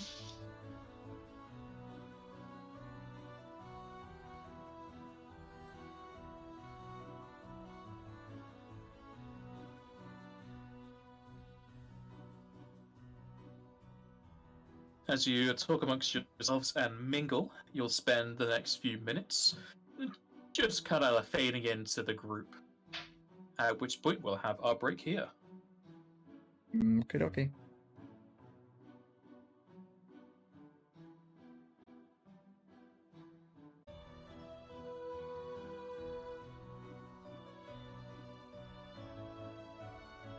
It's all done. Is it though? Yes. Alright. I take it G and Andrew here because you said back, didn't hear you say anything. Yep, I'm here. Yeah, here. Okay. So, spending time at the meeting, about an hour will pass as the doors to the outside will slowly get closed by some of the members. Time Backbreaker will cling onto her glass as the crowd goes a bit quieter. A few hushed whispers here or there, but they all turn to her as she starts to make an announcement. I thank each and every one of you for joining us today. I know we've had some troubling times recently, and with the local attacks of outsiders, this plane has not exactly been kind to us, even less so than normal. Sadly, it seems Axel Phoenix is not able to join us today. He is currently indisposed, either due to more outsider attacks or maybe something else he has to do today. But fear not, he shall join us nonetheless at some point, either today or in the plane itself. Now, onto the topic of discussion for today and why I brought you all here. We are surrounded by some of the longest standing members of the Divine Destroyers, as well as those who are having such a heavy hand in our progress that we've sped up quite considerably. I know I've said to some of you in the past that it would have taken possibly a year or more. Some of you, I said months, but both have turned out to be not exactly true to the truth, though not even I can see the future. Thanks to the endeavors of everyone gathered here, and especially to a backup plan, she kind of motions her hand of her glass to your party. We've been able to change what would have been a year to months to days to today, as today marks the very first day of our plane. In a few hours, the power from our prayer holes shall be gathered up, and the items we have gathered will be able to be combined to create our new plane. After which they will be instilled and create endless bounties for all within our plane. Something we've all strived for in these troubling times, and I thank you all for your services. Now, on to... Time Backbreaker is then cut off through her speech, as a crackle of thunder can be heard outside, the windows vibrating slightly, some of them smashing open ajar, pushed out from the wind. Along with the sound of the torrential storm that seemed to have gotten worse, several small objects fly in through the windows, either through the open ones or smashing through the closed ones, hitting against the floor and bouncing up. You three will all see them because I'm not even going to ask for perceptions. It's very easy to see them. Though it will require a knowledge technology roll to identify them.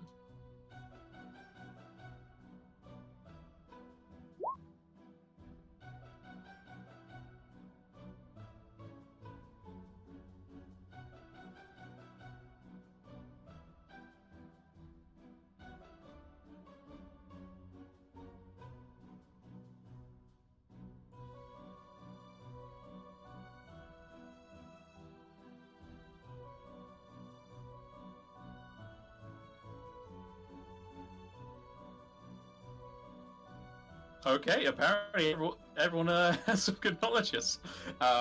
You can identify these as a combination of both smoke and flashbang grenades. And those three can easily cover their eyes before it happens. However, Osos is going to go blind for a second. The grenades ignite as the room is filled with a flash of light and slowly gas pouring into it. And I should have this. That was the wrong one.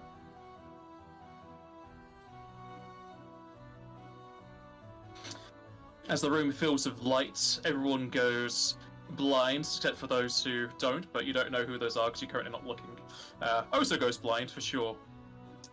At which point you can hear the several cracks of lightning, as well as that of arcane bursts, as the room fills with more people.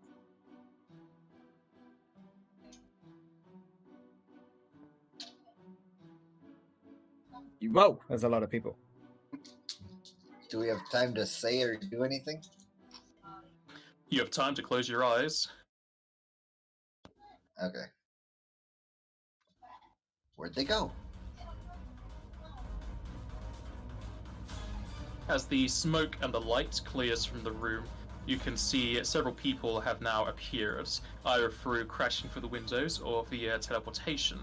And due to Castros normally being very difficult to teleport into, they either have some high powers or paid off the authorities here, or have a higher authority.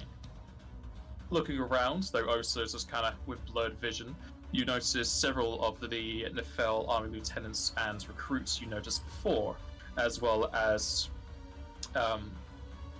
Corporal Gottfried Stryker and Axel Phoenix, who is near the top.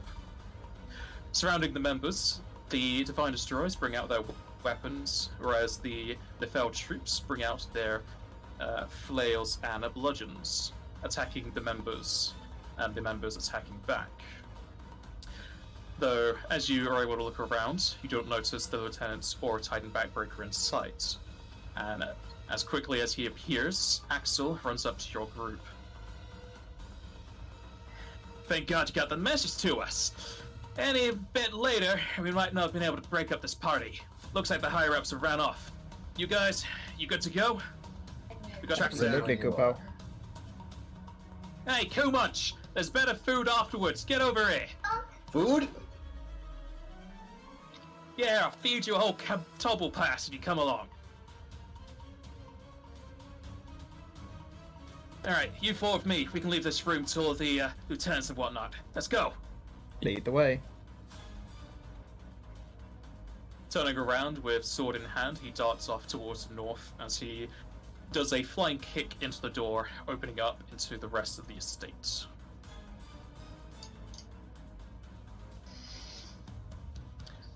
Running through the doors, you enter into a long corridor.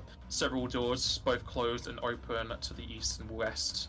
Either servants or more Divine Destroyed members can be seen, though they are currently also engaged with the other Nefel army members. Running down, with you behind, Axel will shout over his shoulder, keeping an eye on where he's walking. Did you get any info before we got here?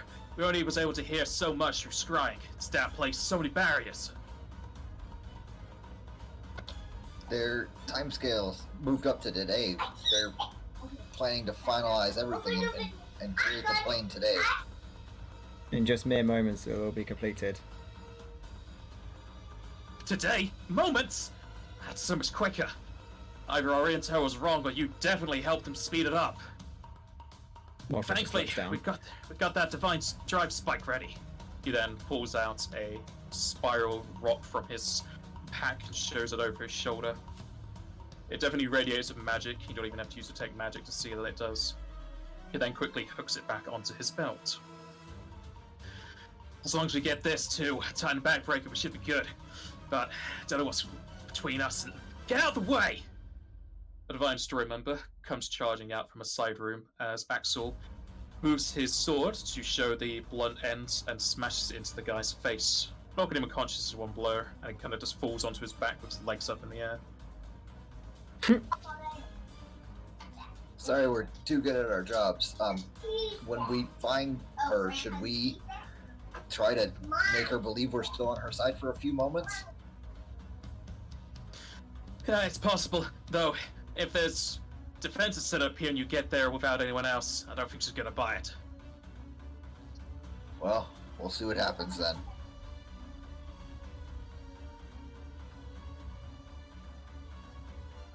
All of the Nefel troops have been ordered to knock these guys out. A lot of the members aren't bad people, they just want a better lot in life. I suggest you do the same, but I'm not gonna stop you if you try and kill them. Yes, sir.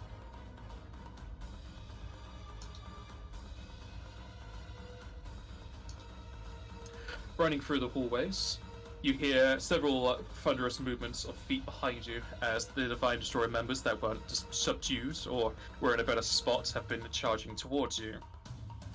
Axel puts a hand to his pouch and throws out some more grenades over his head, easily dodging all of you. You hear several thuds behind and then more explosions as smoke and flash fills the room. You did a good job at recruiting people, didn't you? Yeah, we did. Next group that we see, just let me handle it. Hopefully we won't have to notice any more. As you're running down the hallway, with Axel way ahead in front, he steps into a part of the rug that starts to slide along with his foot. As the rug starts to glow, a circle appears underneath, golden color and glyphs all across it. Ah, crap. With a quick hand, he pulls out a Divine Drive spike and tosses it underhands under his arm behind him for one of you to catch it. Everybody roll a reflex.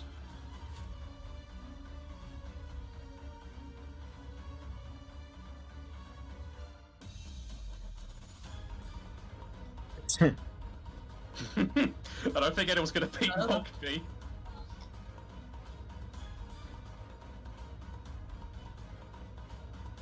As he tosses the Divine Drive spike behind him, Mogmi, being at a good position for hand height, is able to grab it with both his hands. And as he does so, Axel kind of does a twist as he tries to face you. The glyphs beneath him light up and shoot a cylinder of light to the ceiling, and Axel is gone.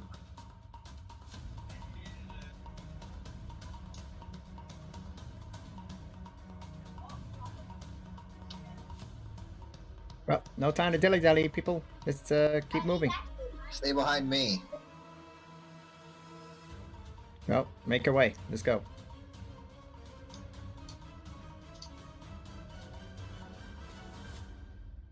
Charging through the corridors, you take twists and turns, trying to pass by any of the side rooms that are not of import.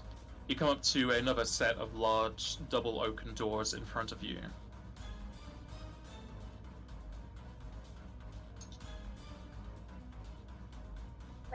Knock on the door. Just punch it. Knock on the door, just break through it. Well, it's just push past Joseph and force the door open. You force open the door, and it leads you into a separate part of the estate, into another large hall. This one bereft of any furniture, though on the far side, another set of double oaken doors. In the front of them, Drownben, who knows you barge your way in. Ah, it's you guys! How many other people escaped? What's going on in that hall? Not It's sure, the, we're the only ones that we've seen. It's the Nefel army, Kupo. They're attacking. Any ones you've seen, there should have been plenty of people in the side rooms. They're all down on the floor, Kupo. They're all been knocked out. Why the NFL aren't attacking us? We haven't done anything to them.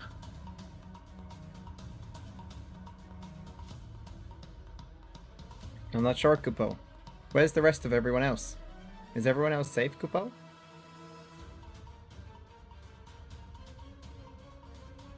As you're speaking to Drownben, you hear a voice coming over from one of the pillars.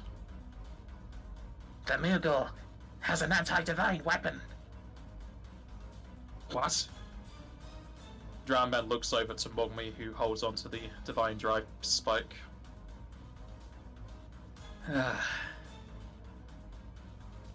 Please tell me that's not for us. Mogme just kind of gives a big It's smile. Ah, you ruined my moment.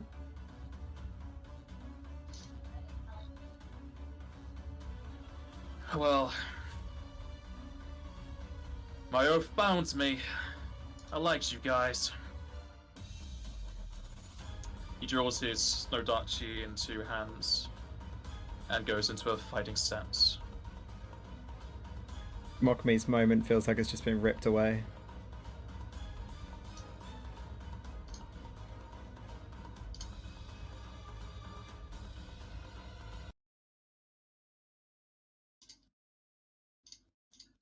I'm sorry, Jack. I don't mind, it's alright.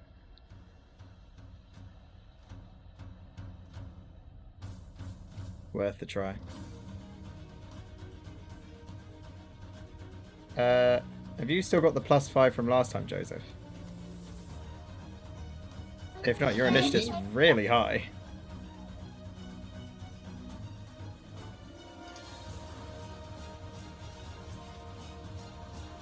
I tried to take all that stuff off. Let me check.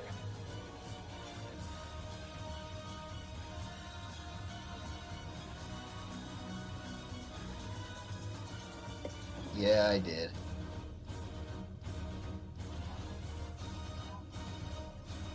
You forgot to take it off? I mean, you're still first, so I wouldn't worry. Yeah, but- I Still forgot first to with take it off. 27. So Joseph goes first.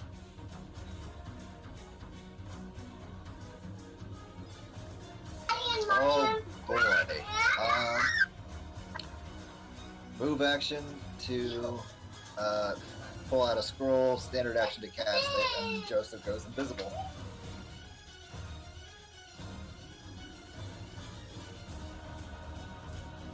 Which score are you using? Superior and superior vanish. You hear more voices from behind the columns. Lieutenant Dranben, they use Superior Vanish. Your sea invisibility scroll will not help you here.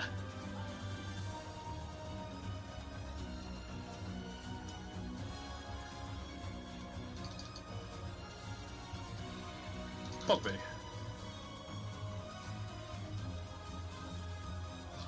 I'm just quickly checking something.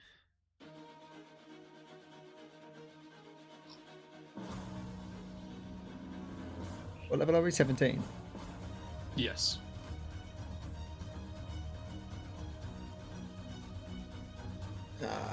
Just not able to do it. Okay. Mogme is going to cast a spell.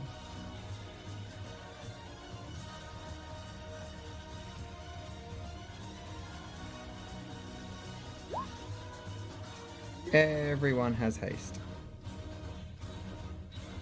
Do you have to be able to see the target to do that? No, it's a burst. No. Okay, Just an area. perfect. And then... What is a Moogle's fly speed again? Just a standard Moogle fly speed.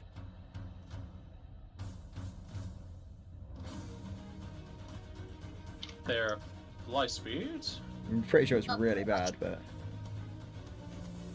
It's like 20, isn't it? It's equal to your land-based speed, so 20, yeah. Okay. Mogme will use his wings to diagonally fly up over here to 10 foot.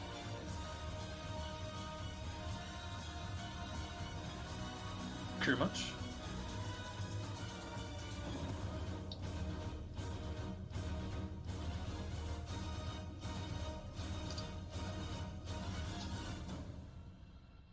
Is probably going to cast some spell.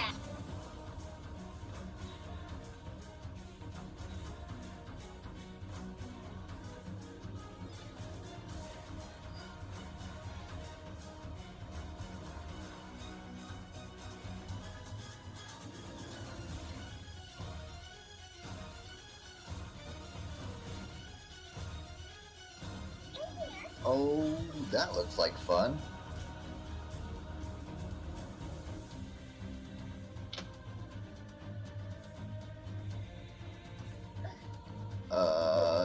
we don't know anything about Dranben's abilities, do we? Nope. Or you know that he is a samurai. Yeah. We'll try it. We'll see what this does.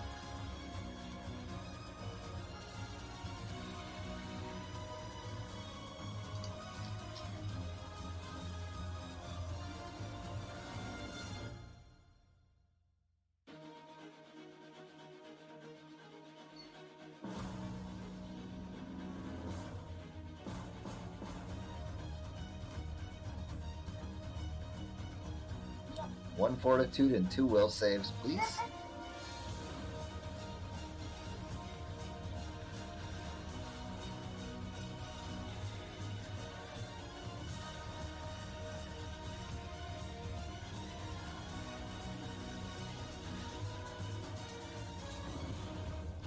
Un memento.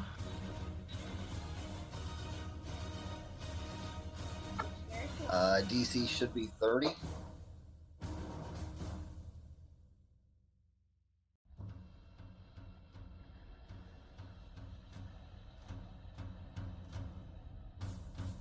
He is infected with Imperil. I'll assume that is Imperil to Shadow since that's a dark spell. Possibly. Did he take the greater dispel effect? Yeah, nothing was dispelled. Oh, none of his items got dispelled? Rats.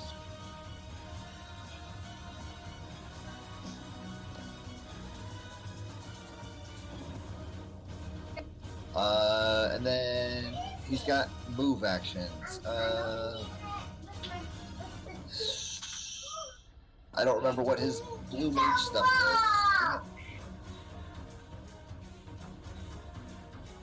Those are mostly creatures, so not sure if they're gonna help us here. What was that? Like his blue mage stuff is mostly against creatures. Right, but he can like give us DR and stuff like that too, can't he? That's a spell. I'm gonna push all the buttons real quick. Give me a second, just to see.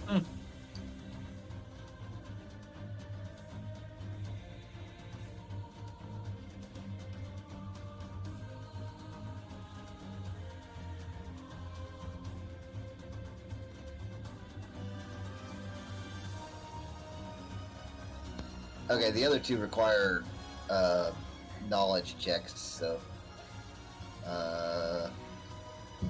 I guess he'll scan. Well, no, that's not gonna help. Never mind.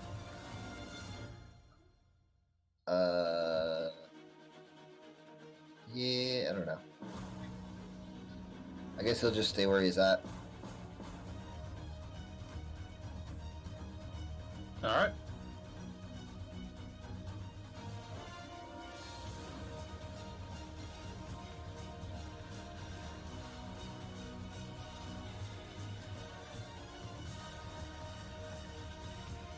This guy's going to cast a spell.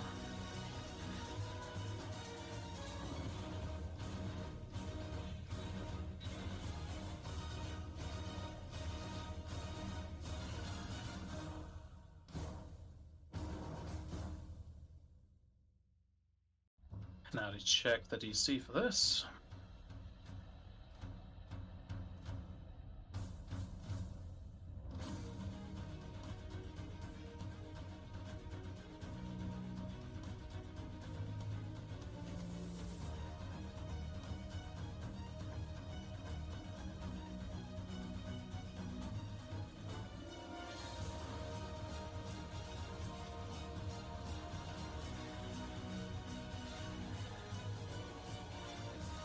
Okay, that will fail. Oh, sir.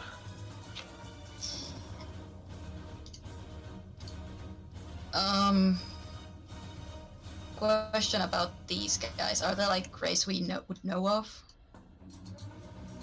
They are Sahagins. Okay.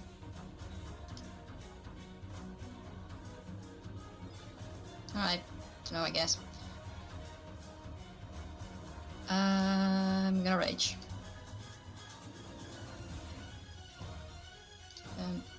haste, I'm able to just move up to Dramben.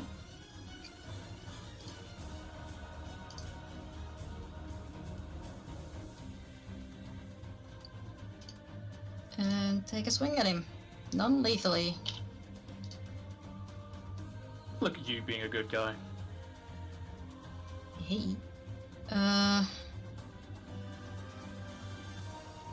Like, kind of pushing through her anger, she's just kind of grunts that this was never personal. And it was -4 for non-lethal, right? Yes. Yeah, it should be in there. You can't make sneak attacks with non-lethal, right? Unless you have a sap. You can non-lethal the normal damage, but the sneak attack is lethal. You need a sap. Yeah, that's what I thought. Dramben attempts to dodge the blow, but is only unable to, and you hit him severely into his arm.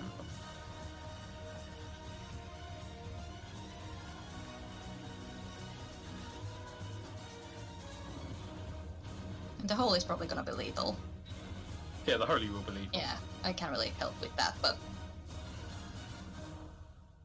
the chunk of it is not lethal, so that's something.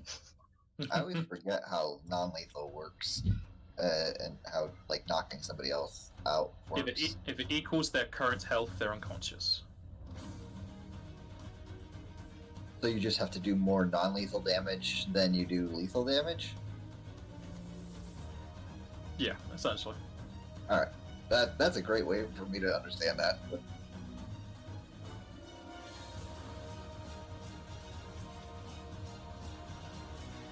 So if we do a mix, we should be fine. I think. Joseph will just stop sneak attacking once he starts overcoming your damage. Dramben will raise up his Nodachi as he slices into Osa. Understandable.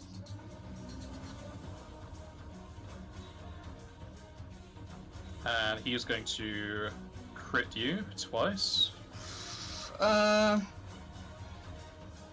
First, I'm going to. Where is it? Flesh wound.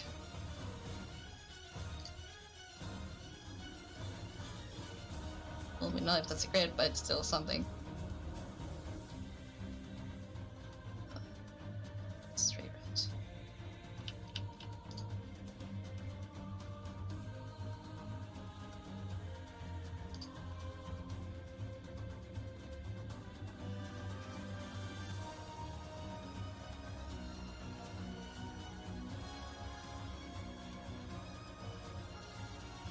Okay, that will lessen the damage of the first one. You can only do that once, yeah? Or is that Yeah. Okay. Once. I'm pretty sure.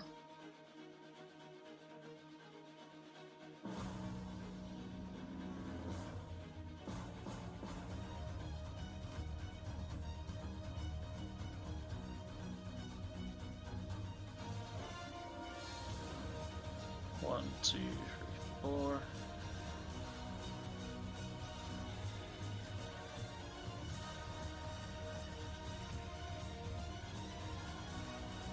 That one is half because you halved it.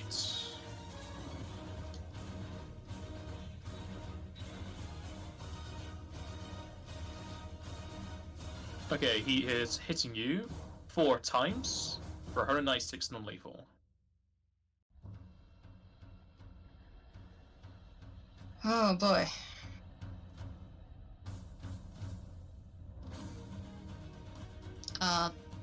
DR and temp HP counts, doesn't it? Or does it? For non-lethal? Yeah. Yeah. Okay.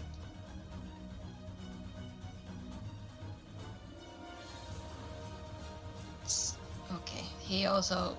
That was 4 attacks. You have spikes or whatever, don't you? Yeah, I keep forgetting about them. But if he's imperial to that, then that's like extra. But Yeah, it'd be 6 extra. So the 196 non-lethal, who was that on? Osa. Osa. Oh, that was on Osa. Yikes. Yeah. There's Hagen is also going to cast a spell. It will fail. Good. Joseph. Joseph is gonna run up on Dranvin and also take a swipe at him.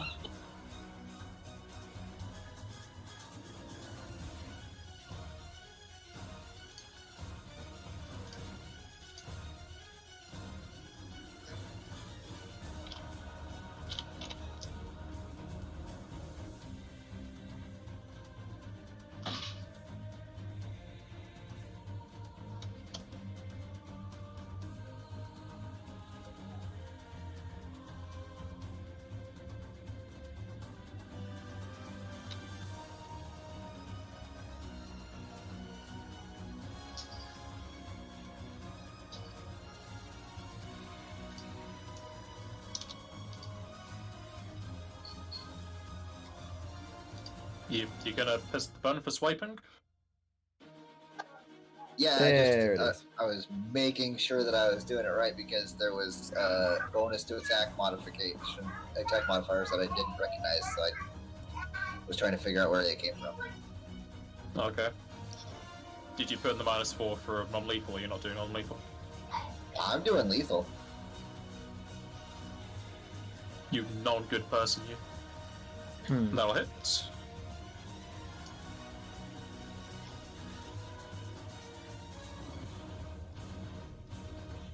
And you cut him deep to his side, and he starts to bleed.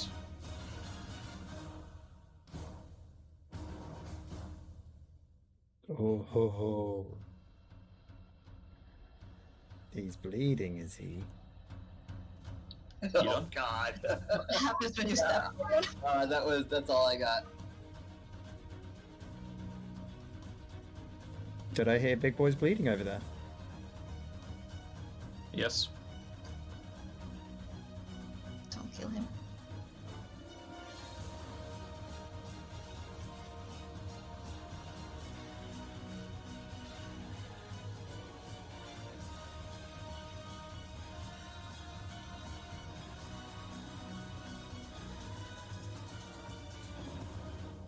It's a terrible map to have notes on.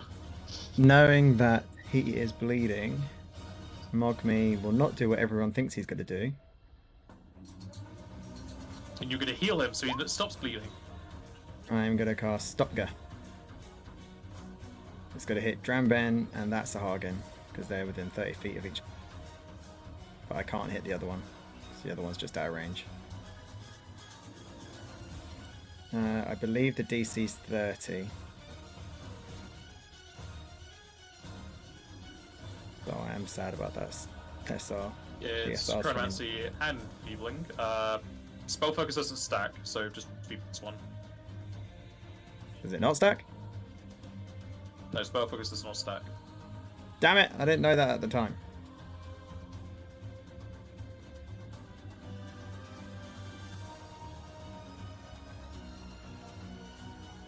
But you're not gonna have to live with it for too long.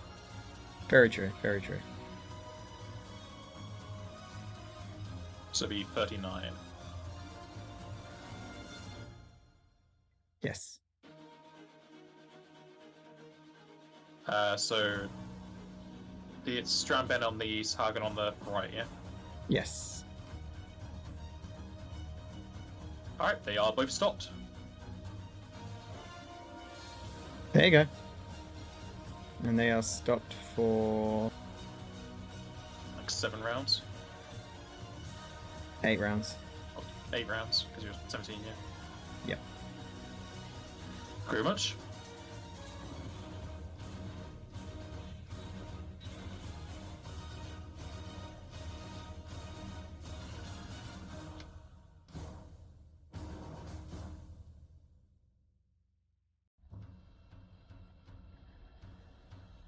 Intro. Oh yeah, sorry. What's going on? Screw much is Human. good. Move Kumanch. Oh boy. I would say move him up, because he's quite far away. And take care of maybe the cast, one of like these caster. Yeah. Are we non-lethaning the Sahagans as well, yeah? Or are they I don't going see down? why not. Alright. So haven't I would say really- ignore the Don't 2 that hurt are people. stopped right now, because you can non-lethal them as many times as you like later on. But focus the one on the left. Can I even non-lethal with a staff? I can't, can I? No. Darn it. I'm useless now. How are you going to non-lethally damage someone with? I know, like, that's why I was spikes or thinking fire? about it. You're just gonna slowly cook them? Yeah, just a slow roast. Yeah. Put them in the slow cooker for half an hour, they'll be right. Doing nothing next. I think that'd be his speed. He is hasted as well, Okay. You tasted. Oh yeah. so he gets 30 foot extra speed. If he already moves 30, yeah. She should do. Don't think he's Yes. slowed down anything. I think he does. What's it gonna do? Deciding. People's lives are at stake. Yes, but I don't know if his spells very well. Why not do like Umbral Hardly any of Storm? his spells can be non-lethal. Maybe And just like blind him a little bit. looking for that disable one would be pretty good, wouldn't it? I would just say do Umbral Storm. You probably won't kill it, and you could just try and blind it.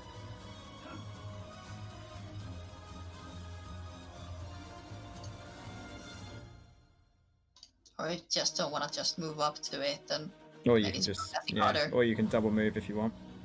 Double move behind it. I've got one.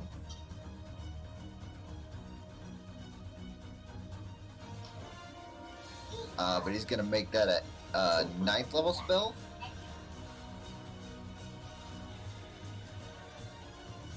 You can do that, right? Yes. So the DC will be +4 is 28, and then +2, so 30. so it's 31. How has it got a +2 DC? Oh, it might be a blue mage thing. Yeah, I think it is 2 to enfeebling spells. 31.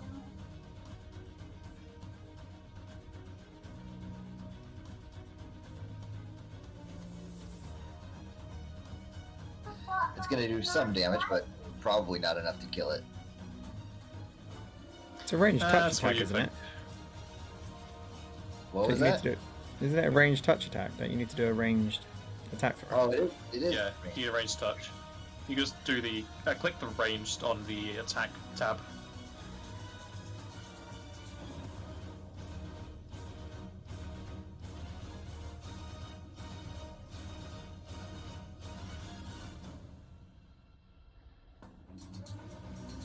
That'll hit. And they are silenced.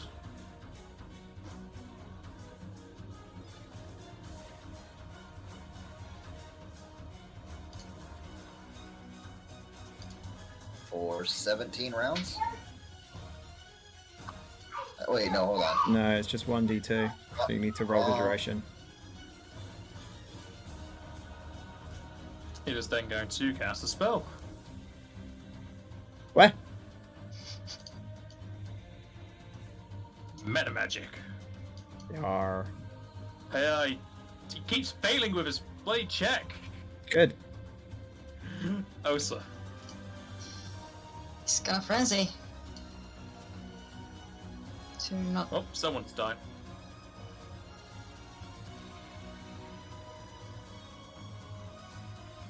not give a damn about non-lethal damage. And then I'm gonna full attack him non-lethally. Can you choose to do that when you're frenzied? No. I When you're can, frenzied, you I cannot can, use dual I roll. specifically can, thank you very much. Righteous Wrath. They are also Hold on. able to willingly deal non-lethal damage. Sharpeners by using their attacks and willingly fail saving throws and suppress spell resistance from spells or other abilities used upon them by allies. Nice. Go ahead. I'm a good person, thank you very much. Tries your hardest to be. Wait, never mind, I don't even... Yeah, because I'm flat. Joseph counts as flanking, right, even though he's invisible. Did you make me your pact? I mean, yeah, I always do He that. was invisible before you could. Fine. That is true, yeah. I don't know if they need to be, I just need to know they're there. I don't need to see them. It doesn't say anything about seeing them. I just say that person is my back.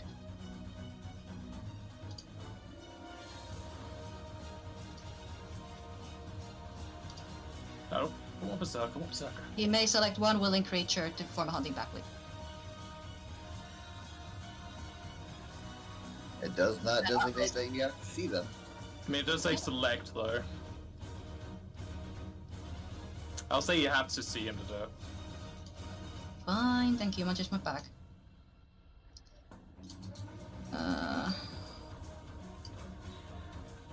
Think of that. Think of that.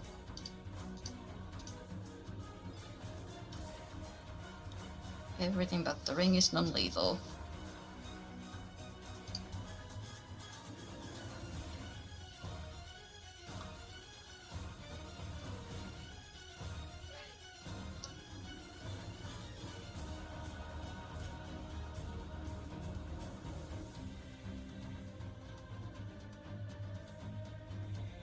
I mean, I don't even know if you'd know he's unconscious because he's stopped, but the second attack will knock him out. Second one, okay. And I'm gonna 5 step here.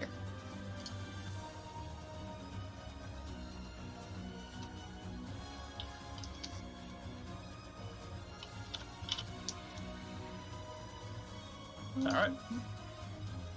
He stopped. The other guy stopped. Joseph. He's still bleeding too, right? Yeah. Okay, I'm gonna go up to the other guy who stopped, and I'm going to do non-lethal damage to him as I try to attack him.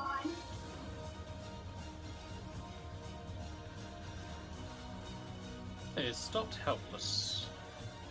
Helpless, see, you get sneak attack. If you want to do sneak attack.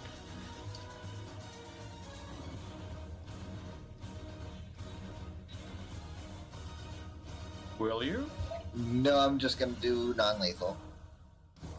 So you're not doing sneak attack now? No sneak attack. Oh my god. Of course. If I confirm that, is that still non-lethal? Yeah, but if the non-lethal goes above the max health, they do take lethal. Oh boy. Okay. Yeah, there's also precision. Oh, no, you didn't do precision. Yeah, you said. No precision. 8, 12, 16.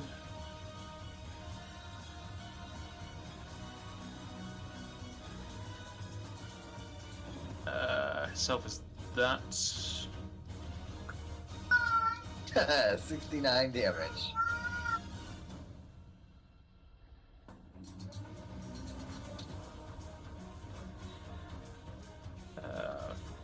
That. Oh no, not 100. That'd be a lot more. Okay, you do inflict lethal with your non-lethal, but he is alive. Unconsciously alive.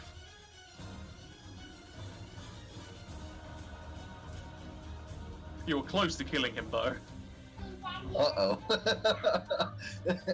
I accidentally crit him, I'm sorry. I'm accidentally too good at my job. Why don't you just do it non-lethally? He did, I but he did. Oh. did non-lethal. That was non-lethal. Wow. He did enough non-lethal to go above the guy's health, so he would deal normal damage after the fact. Yikes. Why do you think this guy wanted to hire us in the first place? We're too good at what we do. Mm-hmm. Way too good. Mog me.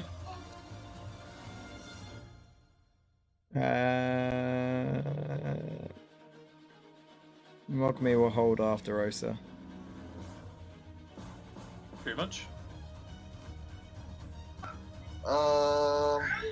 He's gonna hold too, especially seeing as how Joseph just He does have shot natural the other. attack. Yes, oh yeah.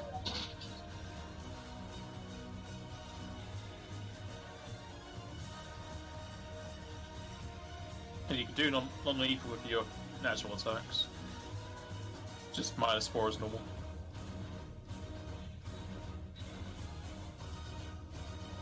Probably his bite is best bet, I think.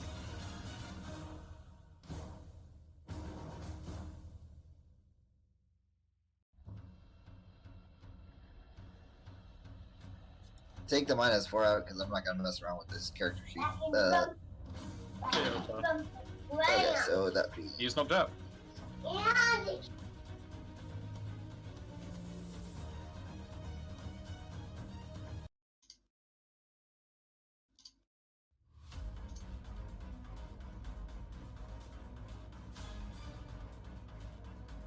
While everyone is sort of recuperating and everything, I'm about to get ready to run. I'm just going to quickly cast a spell. Both Dram Ben and the other Zahagan, he was stopped, just kind of like unconscious, standing there as they wait for the stop to end. Should we stop Trumpet's bleeding? Yeah, we probably should. I'll take out the Cure Wand and I'll use 1 charge of the Cure Wand on him.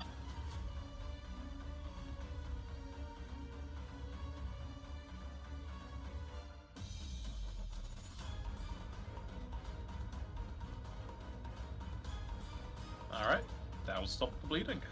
Doesn't seem to wake up. So do we have any way of knowing? He's unconscious still.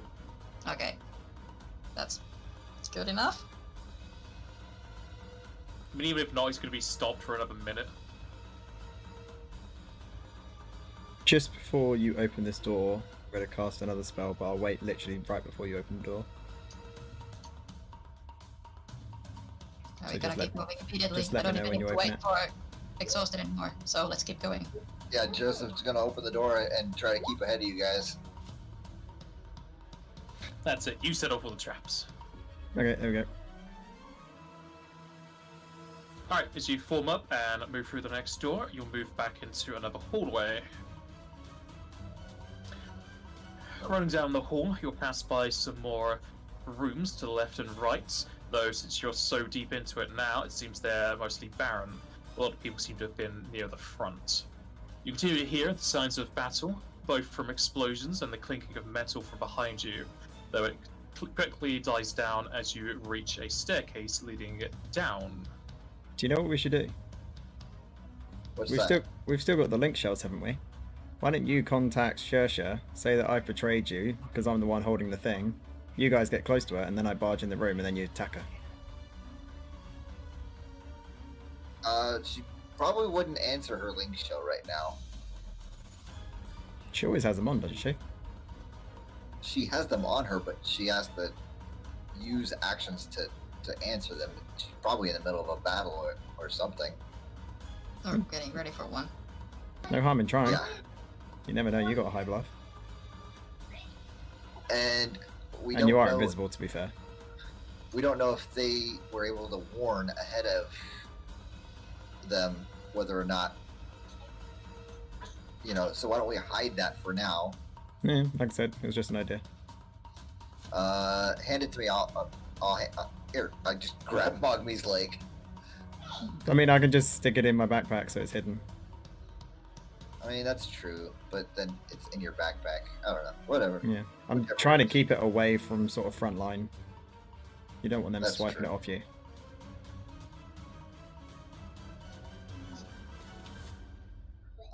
If I shout to jump to the side, do it immediately because I'm not checking for traps, but I can notice traps as we go. We don't want to end up like Axel. I'm flying. I'm hopefully away from most traps. Not really towards you, it's towards Osin too much. Keep But running, me let's go. eat trap. What's that? But me eat trap. No. Run.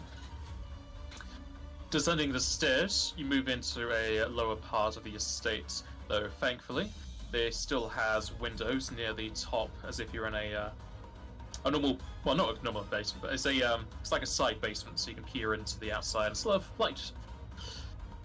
Moving through more hallways, the sound of battle from behind is almost completely dissipated as you come up to another set of large double oak doors.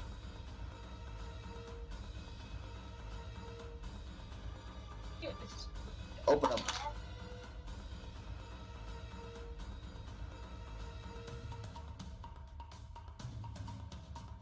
Opening up the doors will lead you into another hallway, this one full of tables and bookshelves.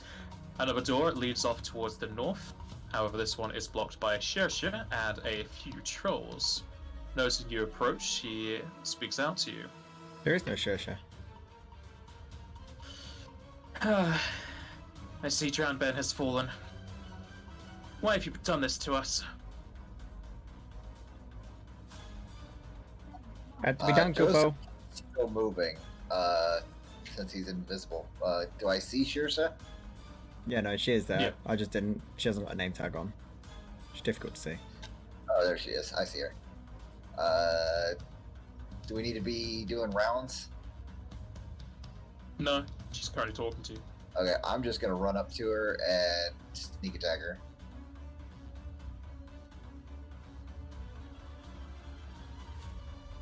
Feel like that's going to be going wrong.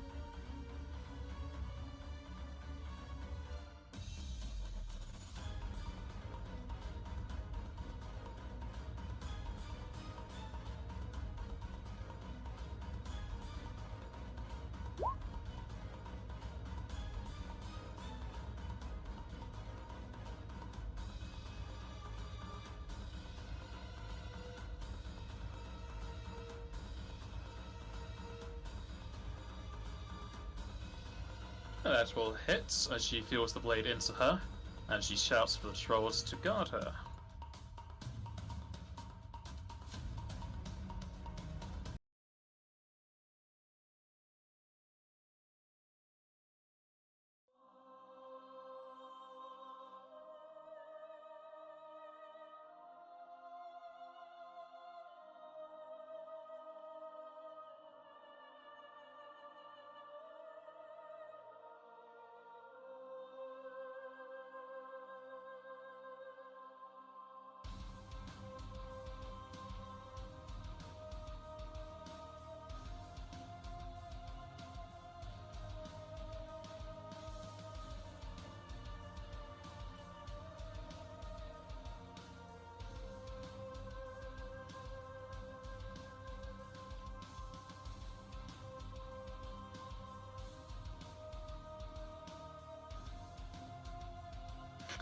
Shusha will dip down as her body is enveloped in shadows, and she teleports away. Can I have Does that provoke? No. And she appears next to, well, not really next to, on the floor near to Mogmi. This is why I'm glad I'm flying. She has chocolates. I know, but still. She's a little bit scary, so I Mogmi? will be moving away. Knowing that she is there, Mogmi will fall. Mogmi will not fly away. How to deal with the trolls? I'm Yeah, just Mogmi is going to use a move of time, which is a move action.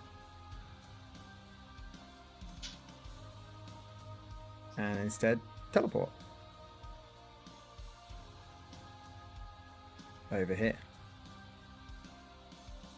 To which he will then cast a spell.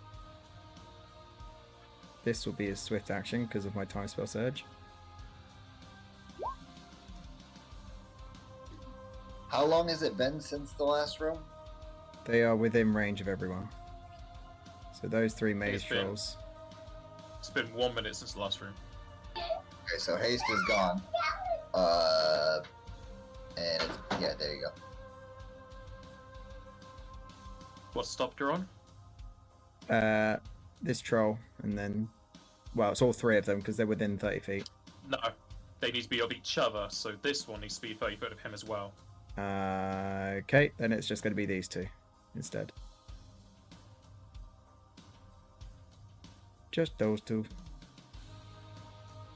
As you do that, a green barrier will appear around the Magi troll and shatter. How dare you? Check what happens in this case.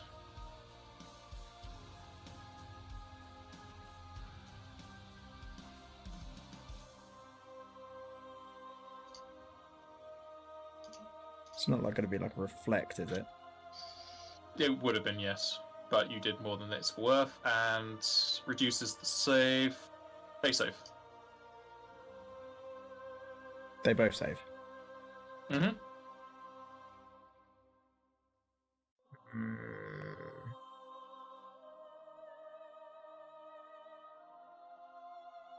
Okay. Yeah, no, that's fine. And then I still have one more action, so I will shoot my staff. I know it's not non-lethally, but I'm going to shoot my staff at that one. So only the first attack, which crits. But probably doesn't confirm, or maybe it does because he's quite big.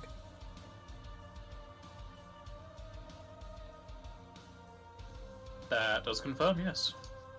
Lovely. Thankfully, the trolls are a bit more hearty, so he's still up. Yep. And that'll be me done.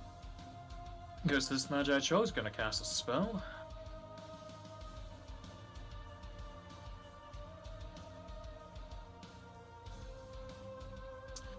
A vortex of magic will swirl around, and Joseph, your vanish is dispelled. Aww. And I saw that coming, that's why I tried to stop them.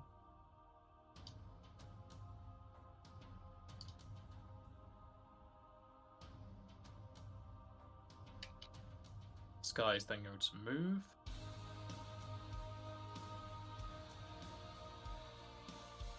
To here. Pretty much. Oh, he's gonna cast spells.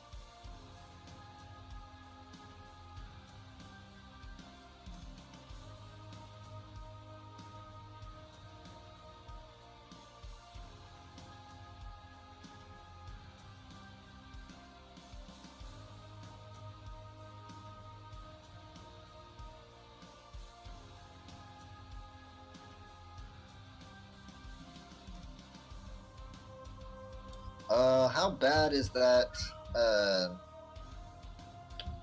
that troll that got hit already looking? He would need a heal check. Okay.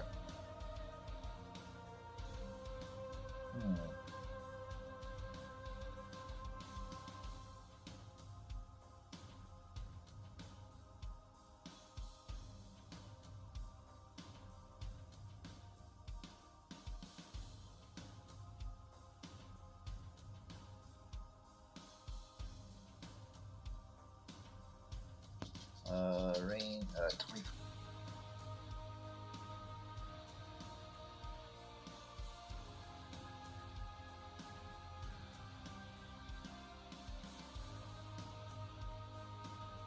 Well, they are trolls, so they have regeneration until they are burned.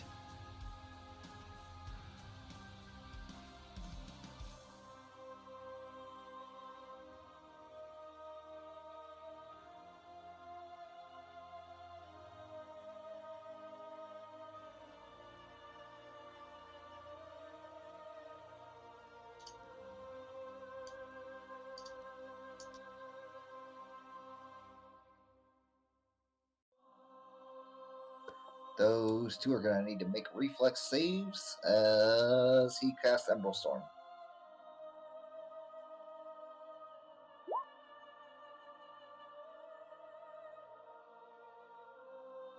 How high can you make a spell that's lower level? Like, you can only go up To your max.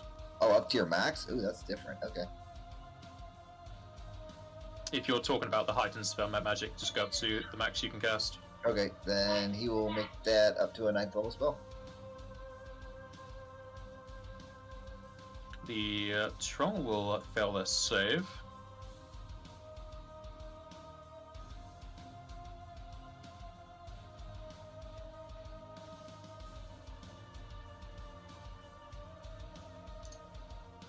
Whereas Sersha will dodge it completely. It was worth a try.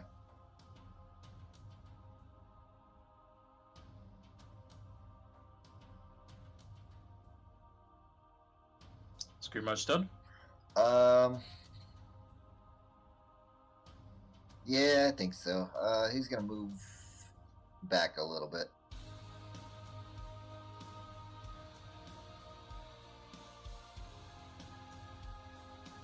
This troll is moving down and is then going to cast a spell.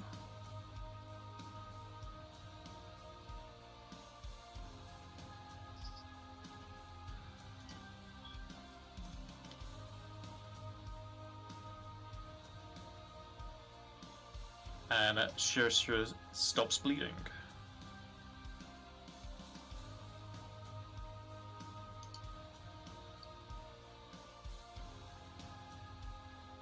Osa. Well, now I can see Joseph, so he's gonna be my pack when I rage. Mhm. I'm also gonna frenzy to help against the non-lethal stuff. I'm gonna move on up to her. Also, Bill did reply to me. The hunting pack, you must be able to draw a line of sight, so yeah, you need to see them. Okay, well, good to know. Going forward. But now it's Joseph because he's not invisible anymore. Yeah. Gonna move on up, and take an all-lethal swing at her.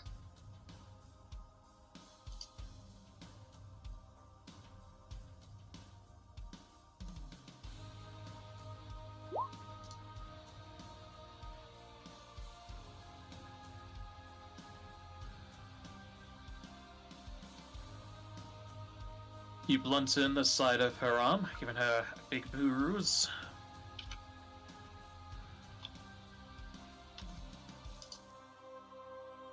Joseph.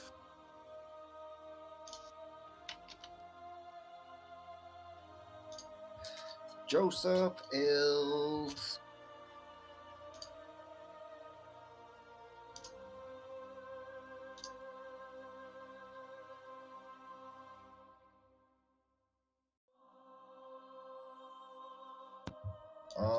Joseph is gonna charge Shearsha.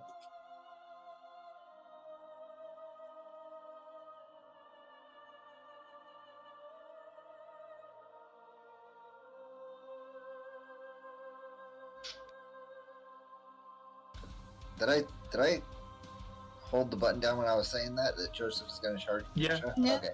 We heard you say. I went to go into to change the numbers a little bit for the charge, and I was like, did I actually say that so where they could hear it? Okay, here we go.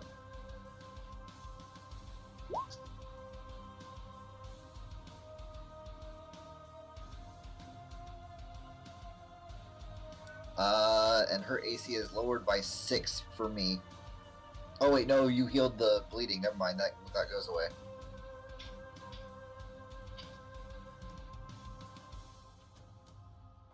As you charge an attack into Shersha, her body warps and shifts, and your blade misses. Ooh.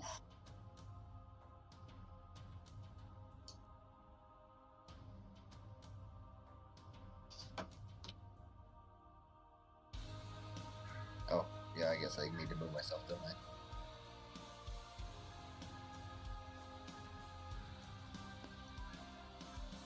Have I ever seen an effect like that before? It's essentially just blur, displacement, mischance. Does Ghost Touch do anything about that? Nope. Heartseeker does, though. This guard troll comes charging down for Joseph. And will fumble. Ah.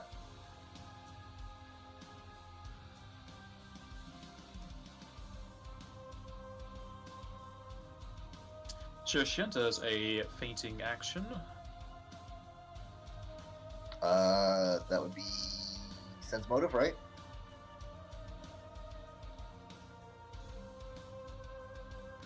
Well, is it against me or Osa? It's against Joseph. Okay, that's Sense Motive, right? I just need to sense motive bonus. It's easier for me to just click the button. Yeah, 23. Okay.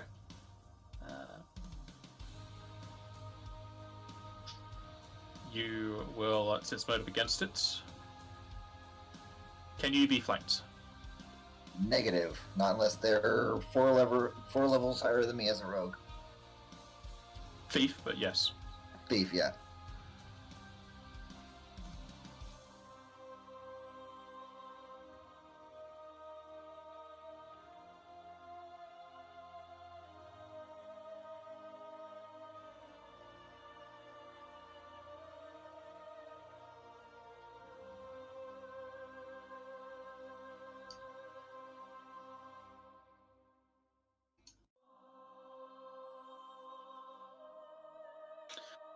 Alright, she's gonna full attack Joseph. Is Osa going to react to that? Yes. I was just gonna say. Attack of opportunity.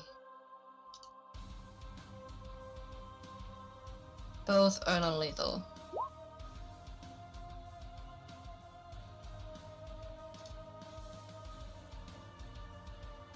Those are both hits. Slowly twinkling the non-lethal trap and dealt me.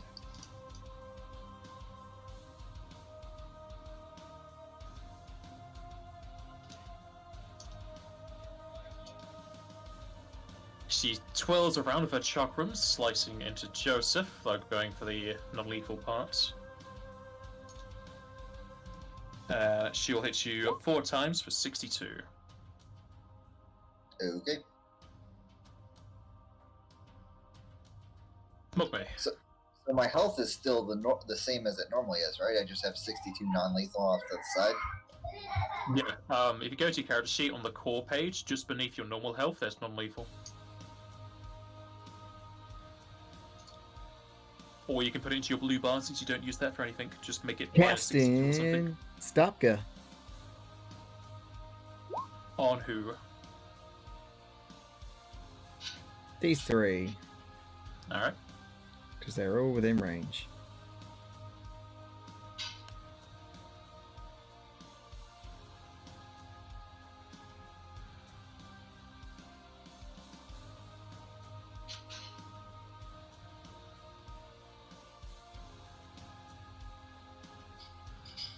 My god.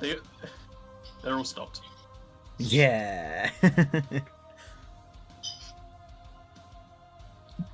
If only the player of Kumach was here, I'd look over and be like, "Who's the MVP now?"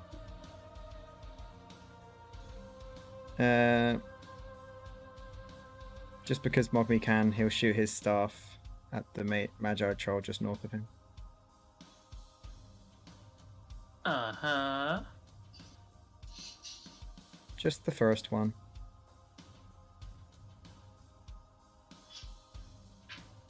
He is severely blasted.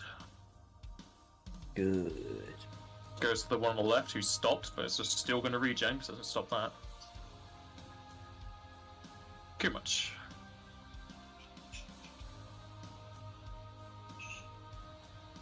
Oh boy.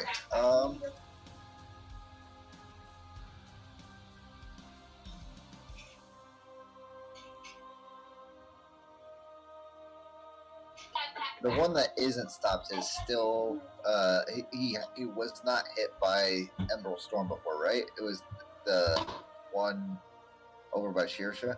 The Magi on the right only has been hit by Mogmi's staff just now. Okay, he is going to do Emerald Storm, so it only hits that one. We don't have to worry about killing trolls because they have regen. Unless you hit that element, then you might kill them.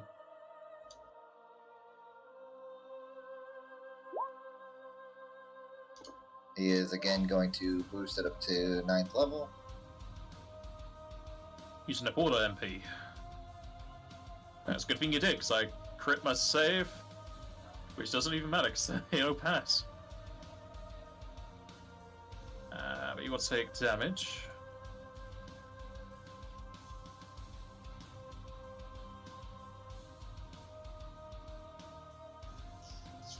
And he goes down.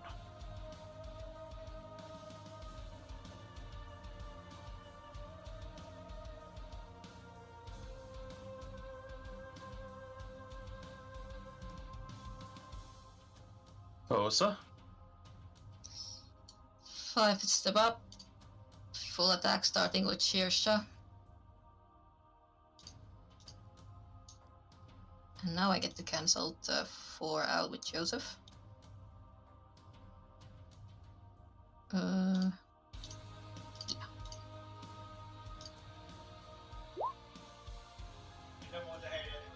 She goes unconscious with the first. Then I aim for the rest for the troll next to me. He goes unconscious with the second, though since he has regen, you can just keep going. I'm gonna just lay the rest of the non-lethal into the troll. Alright, he's not getting up anytime soon. He'll just slowly be regenerating his bruises. This is not dead. Well, they can technically die, but they don't die. Yeah. I got any Sure. else.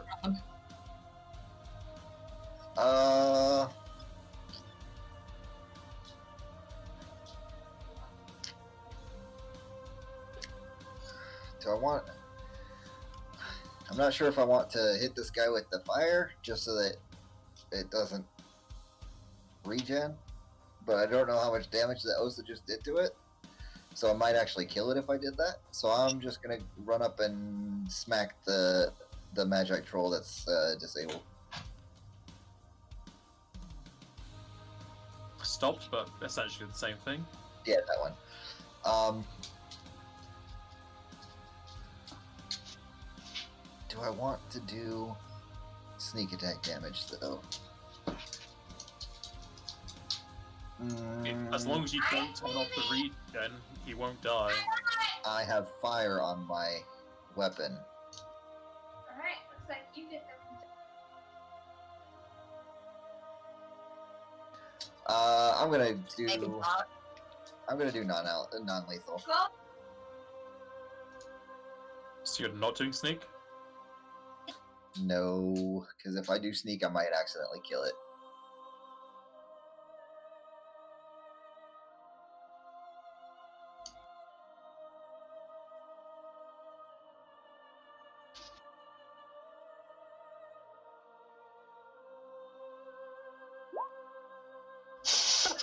Again!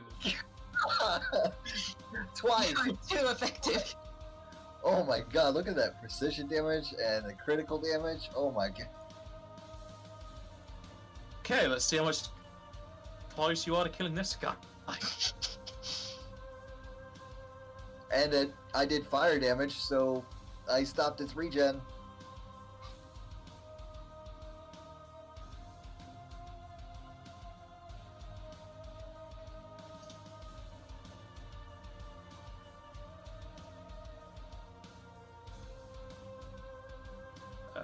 Health, con.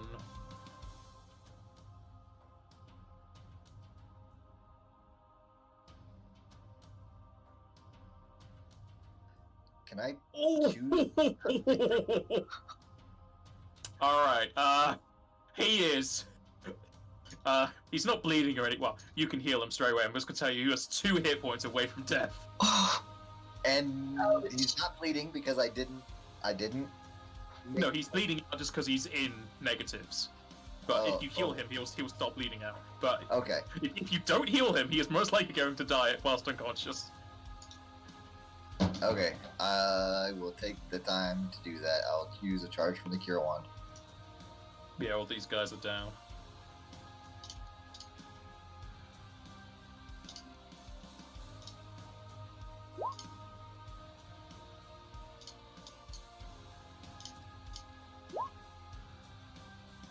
And I'll quickly be right back.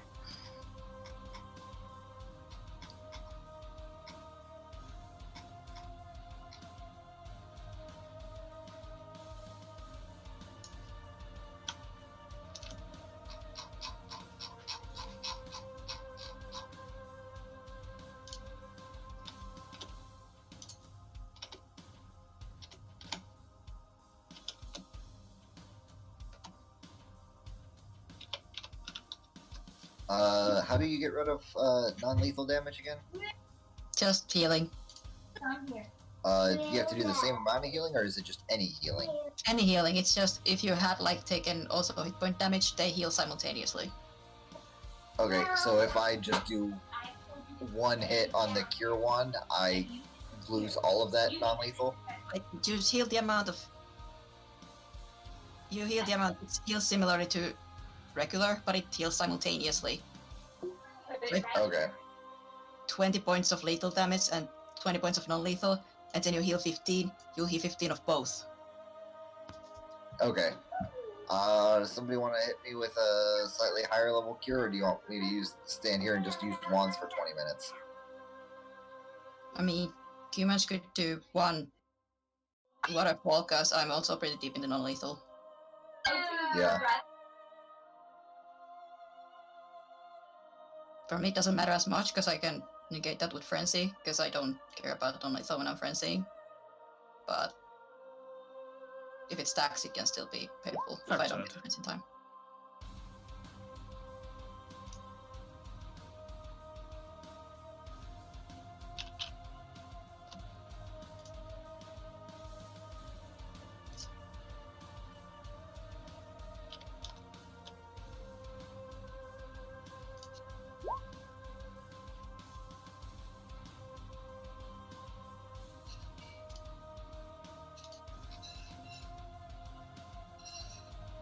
I take it you're healing and going. Yep. Yep. Don't think there's any point of lingering.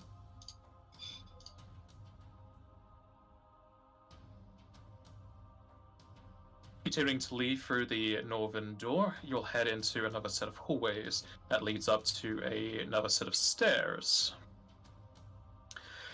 Going down deeper and deeper, it's surprising that when you come up to the next room, there's another double door. Now, why is it surprising? You'll see what's inside.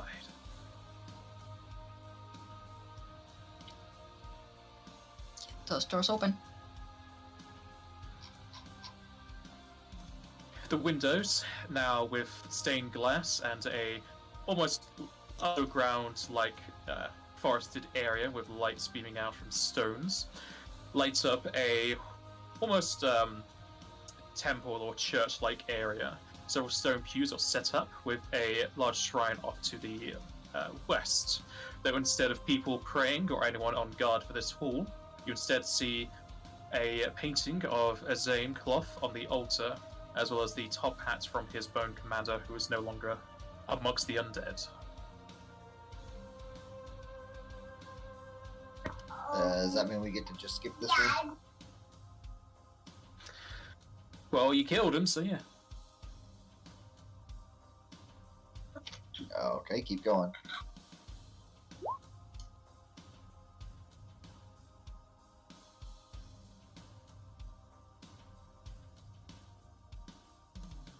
As you move through the next door and more hallways, you go down more stairs.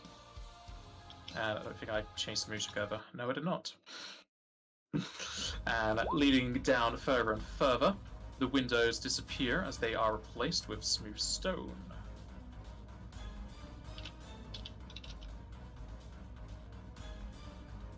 Reaching the final hall of the building, the party descends even further into the estate. The ceiling has set within it several shining stones, lighting the hall up, due to the lack of outside lights. A wide, expansive room paints the final hall as the endpoint, the northern end housing several shrines, and within its center point, a ritualistic circle, surrounded by magical glyphs and lit candles.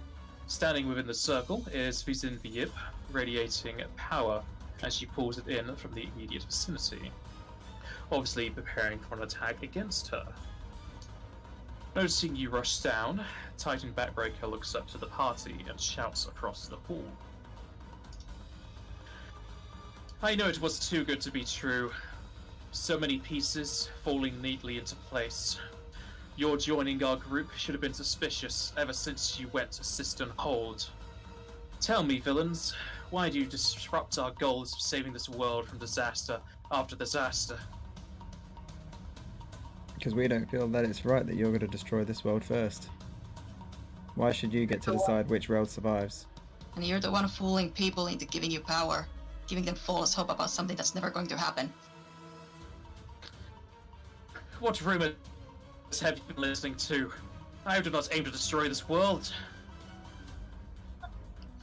Killing all of the deities in this plane will eliminate this plane. It won't end any other way.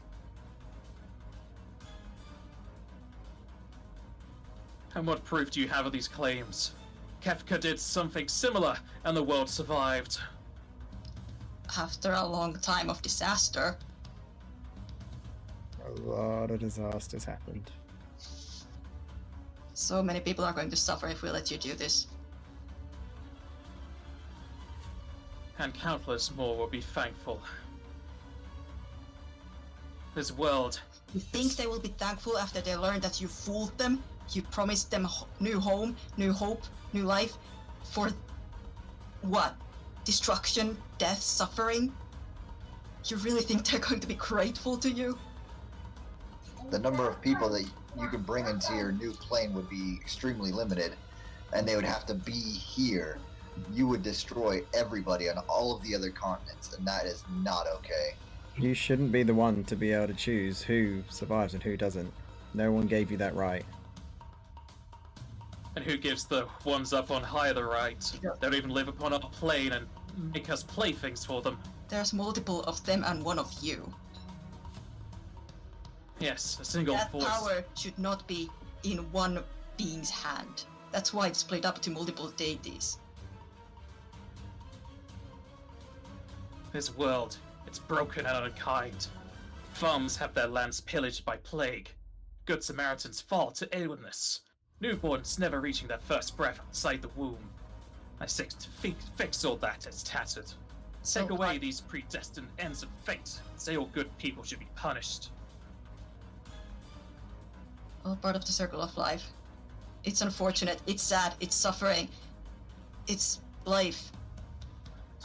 Without adversity, there can be no growth. Exactly. Enough talk. We're not going to change each other's minds. Let's end this. That is not the world I wish for.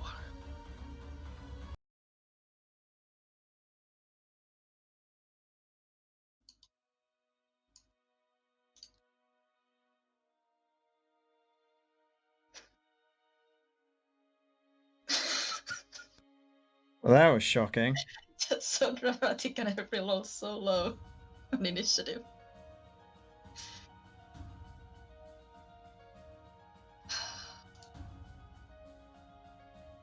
Why is Mogmi in the front? Mogmi would not be in the front.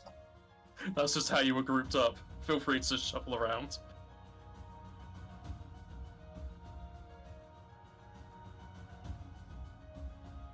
Alrighty. Mogmi, you know what to do. I can't stop him. Or her. Tiny Backbreaker raises up her fists as a golden light shines around her arm. She opens up her palm as her 5 fingers spread out towards you. A golden light appears beneath your feet as circles upon circles and triangles connect to one another. The light shines so brightly, you feel as if you are pulled into another world, as your effects and virtues are tested, and any ongoing buffs are turned off. I don't think you had any at this point. At my flight, does that count as a buff? Is it magical flight? Yes. Then yeah, that'll be turned off. No. Would I have to do a fly check to remain 10 foot above the air?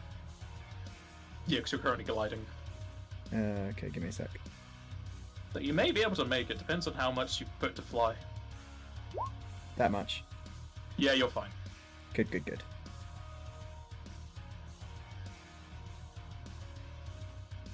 Too much.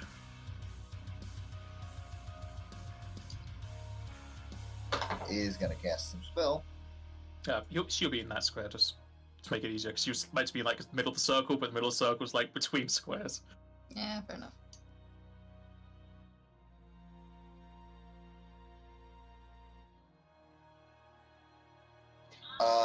I'm wondering if this would be good. I'm gonna ask my compatriots because I don't really know this spell very well.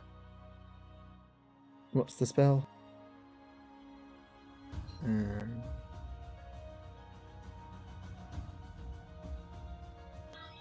2 damage, and I believe I believe it's. Oh wait, no. 1 So it's or 8 2 damage. caster levels. So Yeah, so it's 8 damage in total. Is it 8 damage and attack, or is it just because it's based No, off just of damage. brave? or Bravura or whatever. And the way Bravura was worded was a little iffy. I think it's just a damage. Yeah. It specifies in all creatures gain. So it's 1. basically 8 damage extra on all your attacks. Yeah, could be good. But I wonder if it's worth putting on the DR and everything first, considering we've now lost all of our buffs.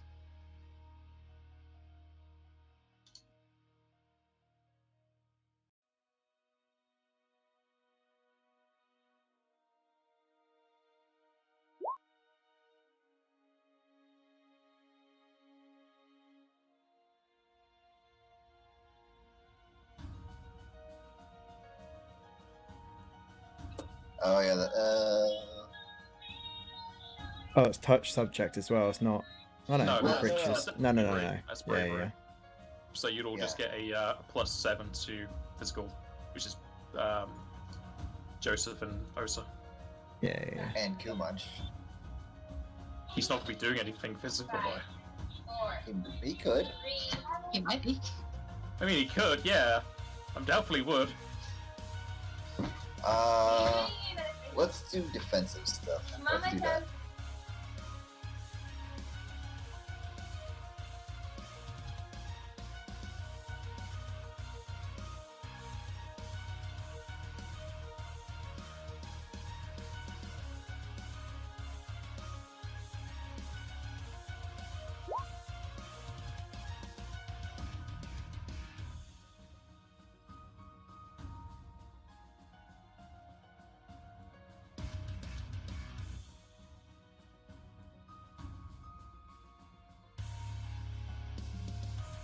DR10 to everybody.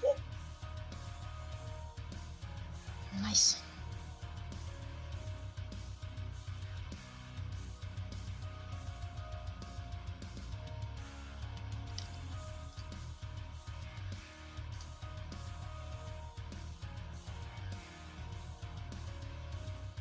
Is that it? That's about all he can do. Mogme. Okay. So Mogme is going to cast some spells. Give me a sec.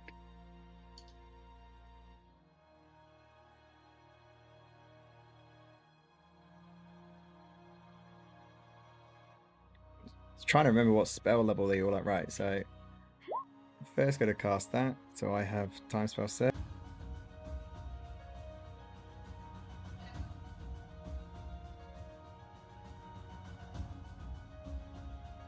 And then I'm going to make sure that I activate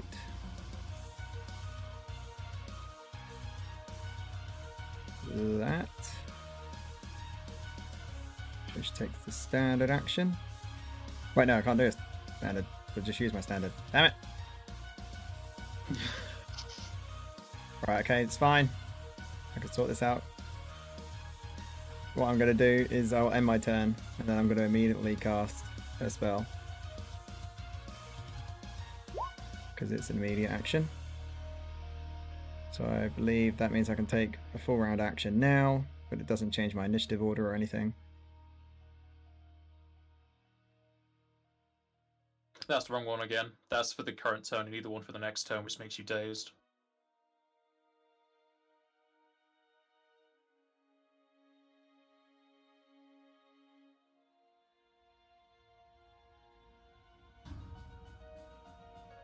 Which I think is clarity or whatever.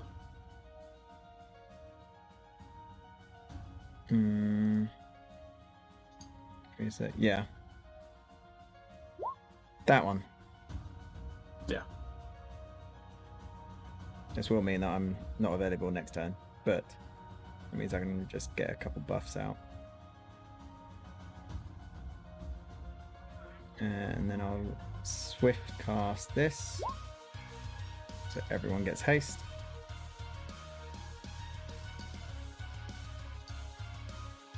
And then as a standard action,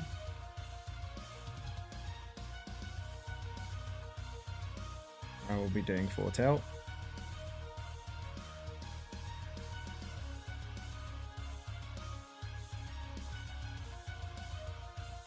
So everyone gets a +3 luck bonus, but you do have to remain in the area. So if you do go out the area, you won't get it.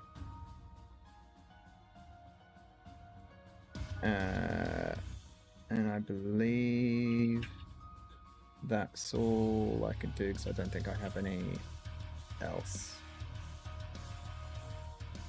Do have a move action, so I'll move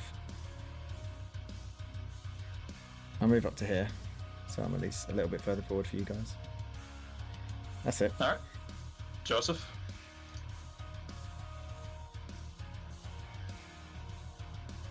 One second, please. 1 second's gone.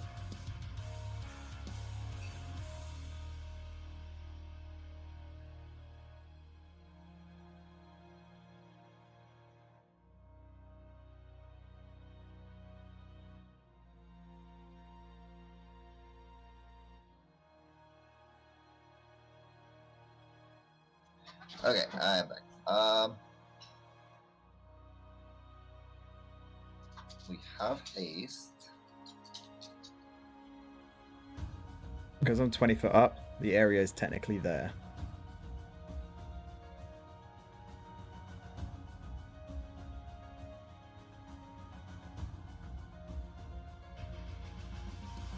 Oh boy.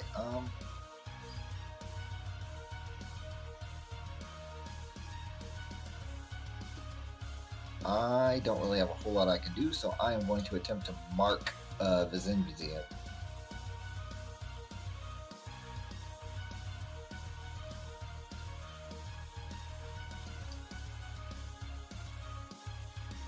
You fail. Yeah, that's what I thought.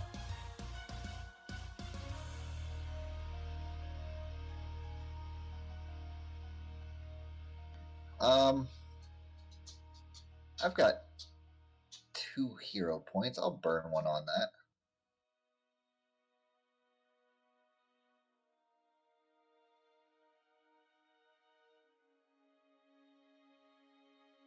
That was a waste. You done? It is a full round action to do that, so yeah. Hosa. Let's go all in, both Rage and Frenzy.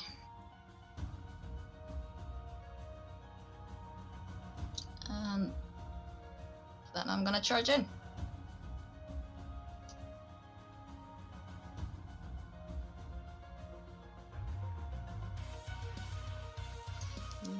Charge.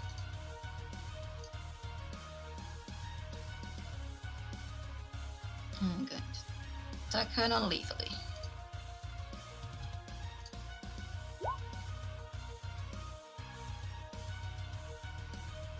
You bring down your great axe upon Wyznwyb, and as it collides with her, it instead collides with a golden shimmer that shines around her body. Bog me, we need the stupid spike. You'll have to wait till my turn. Well, after So my next go turn. to Titan Backbreaker, who transforms into mere lines of light and appears next to Mogmi as she floats in the air next to him. Oh boy. That's not ideal. Especially considering I have no turn. Yep.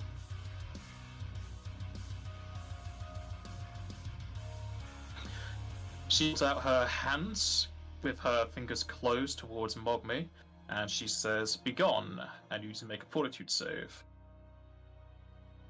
Oh yay.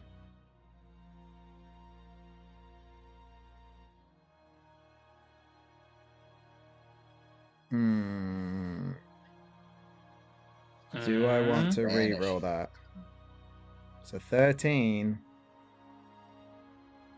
So I could get worse, but I could get better. Thoughts of the party. Well, a 9th level spell with spell, what do you call it? Focus. Spell focus, is that it? Goes the up to about save is 29, the 30. save is like 30 or 31, and you rolled a 33. I'm So gonna unless there's re-roll it. Okay. I feel, yeah, I could fail it. I could be even worse, but could be even better.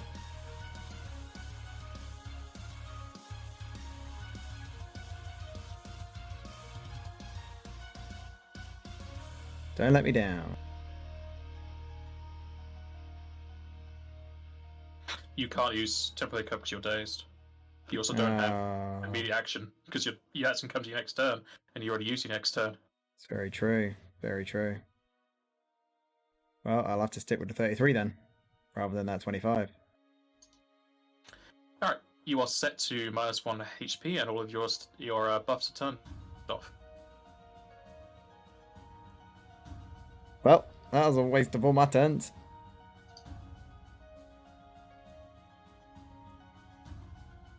Does he fall to the ground? Yeah, I would do.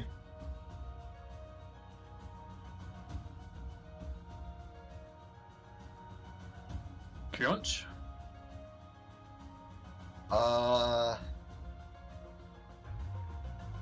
There's not a lot. He wants to try to figure out what that spell was. Wasn't a spell. Oh, was it a spell-like ability? Most likely.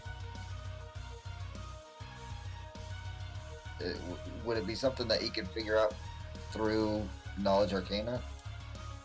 No. Okay. Well then.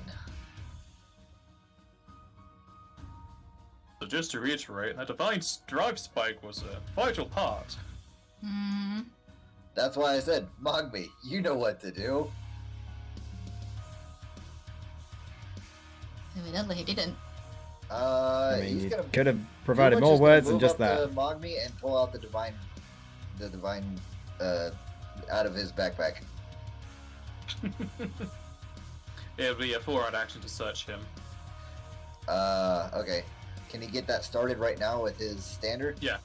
You can start with Okay. the stand and then end it next turn. Okay. Joseph. Joseph is going to, pull out that item that lets him fly. What is that called? Fairy dust. That's the one, and I'm going to use that, and that's pretty much going to be my turn. I will Awesome. 5-foot step up as well.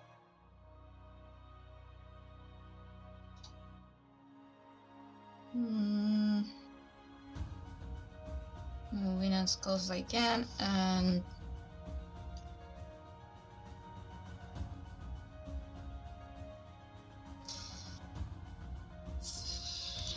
throw my axe at her. But I'm not sure if I want to do it non-lethally this time. Because she attacked to mock me.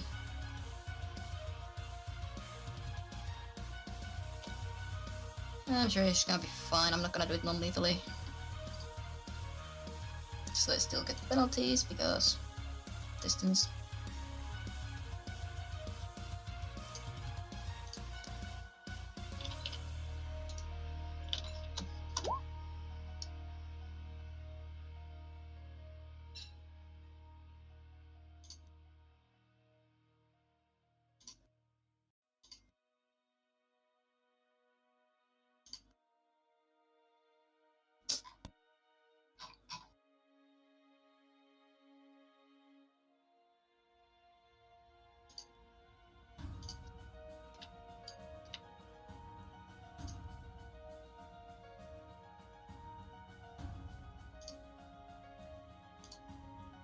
As you throw the axe, Wyznwyb will hold out her hands and grab the axe, and then as a immediate action, will throw it back at you. While she does that, can I do my swift to call it back before it manages to hit me? You're cooled, yes? Yeah. Double check. Maybe. I think it says that I can, even if someone's holding it, I can still call it back. I think I might be remembering wrong. Yeah, it says even if it's a possession of the creature, but it's if it's Between swift and immediate. It's a swift. Yeah, you calling it back as a swift, but she's doing an immediate action, so...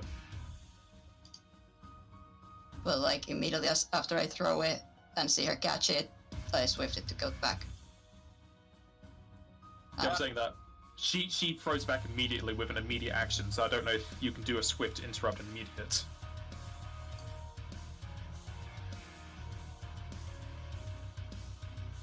I mean, she can throw it, but I can catch it mid-air. I don't know. I'll say yeah. You can return it. Yeah, sure. Because I think it's specifically to like stop people from using it against me. Well, it's more like if it's just on the floor, but she has a specific feat for this. But yeah, go ahead. You can return it back. Yeah. And call it back as she throws it to fly towards me. I just hold my hand out and it just gets back to me.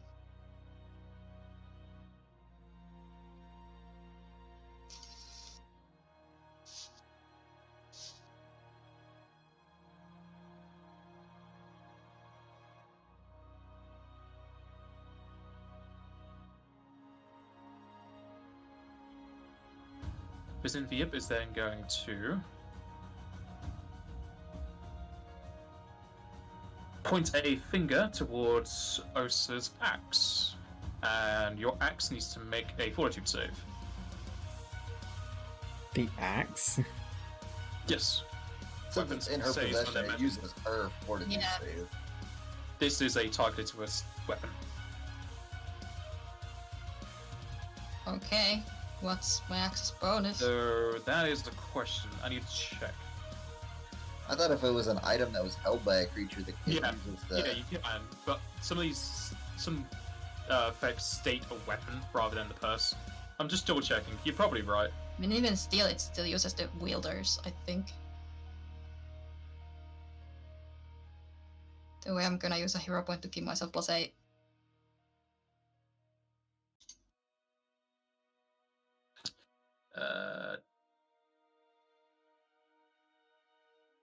Okay, yeah. Use your save, so fortitude save, please. Yep. I'm using a hero point to give myself +8. It's misleading text.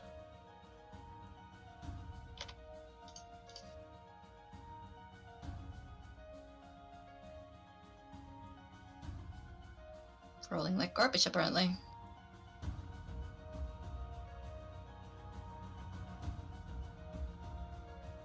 So that's 32. So that's 8 already in. Yeah, the 8 is in there.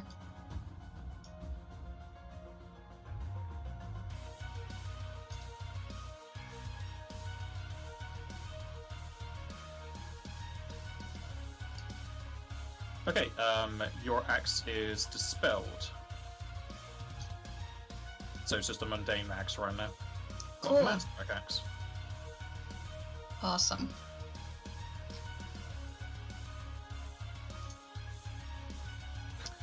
She is then going to fly and drop behind Kumach. To just 5 foot above him.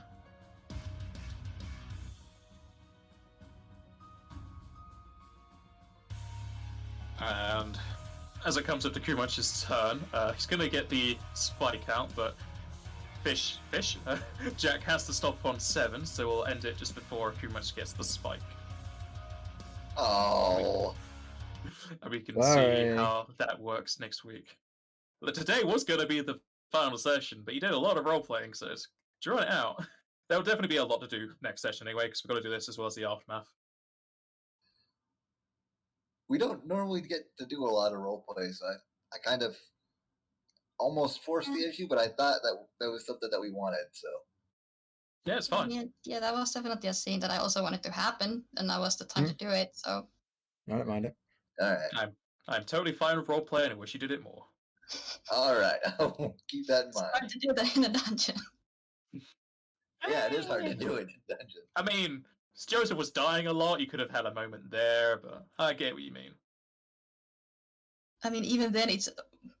Most of it is gonna be like, okay, we're gonna talk about this after we're actually in a safe place to talk about this. Hmm. So... Does Osa have 3 hero points, by the way? I had. Now I have 2 because I used one. Okay, both you and Joseph have a hero point. Away! I'll be all good for next week.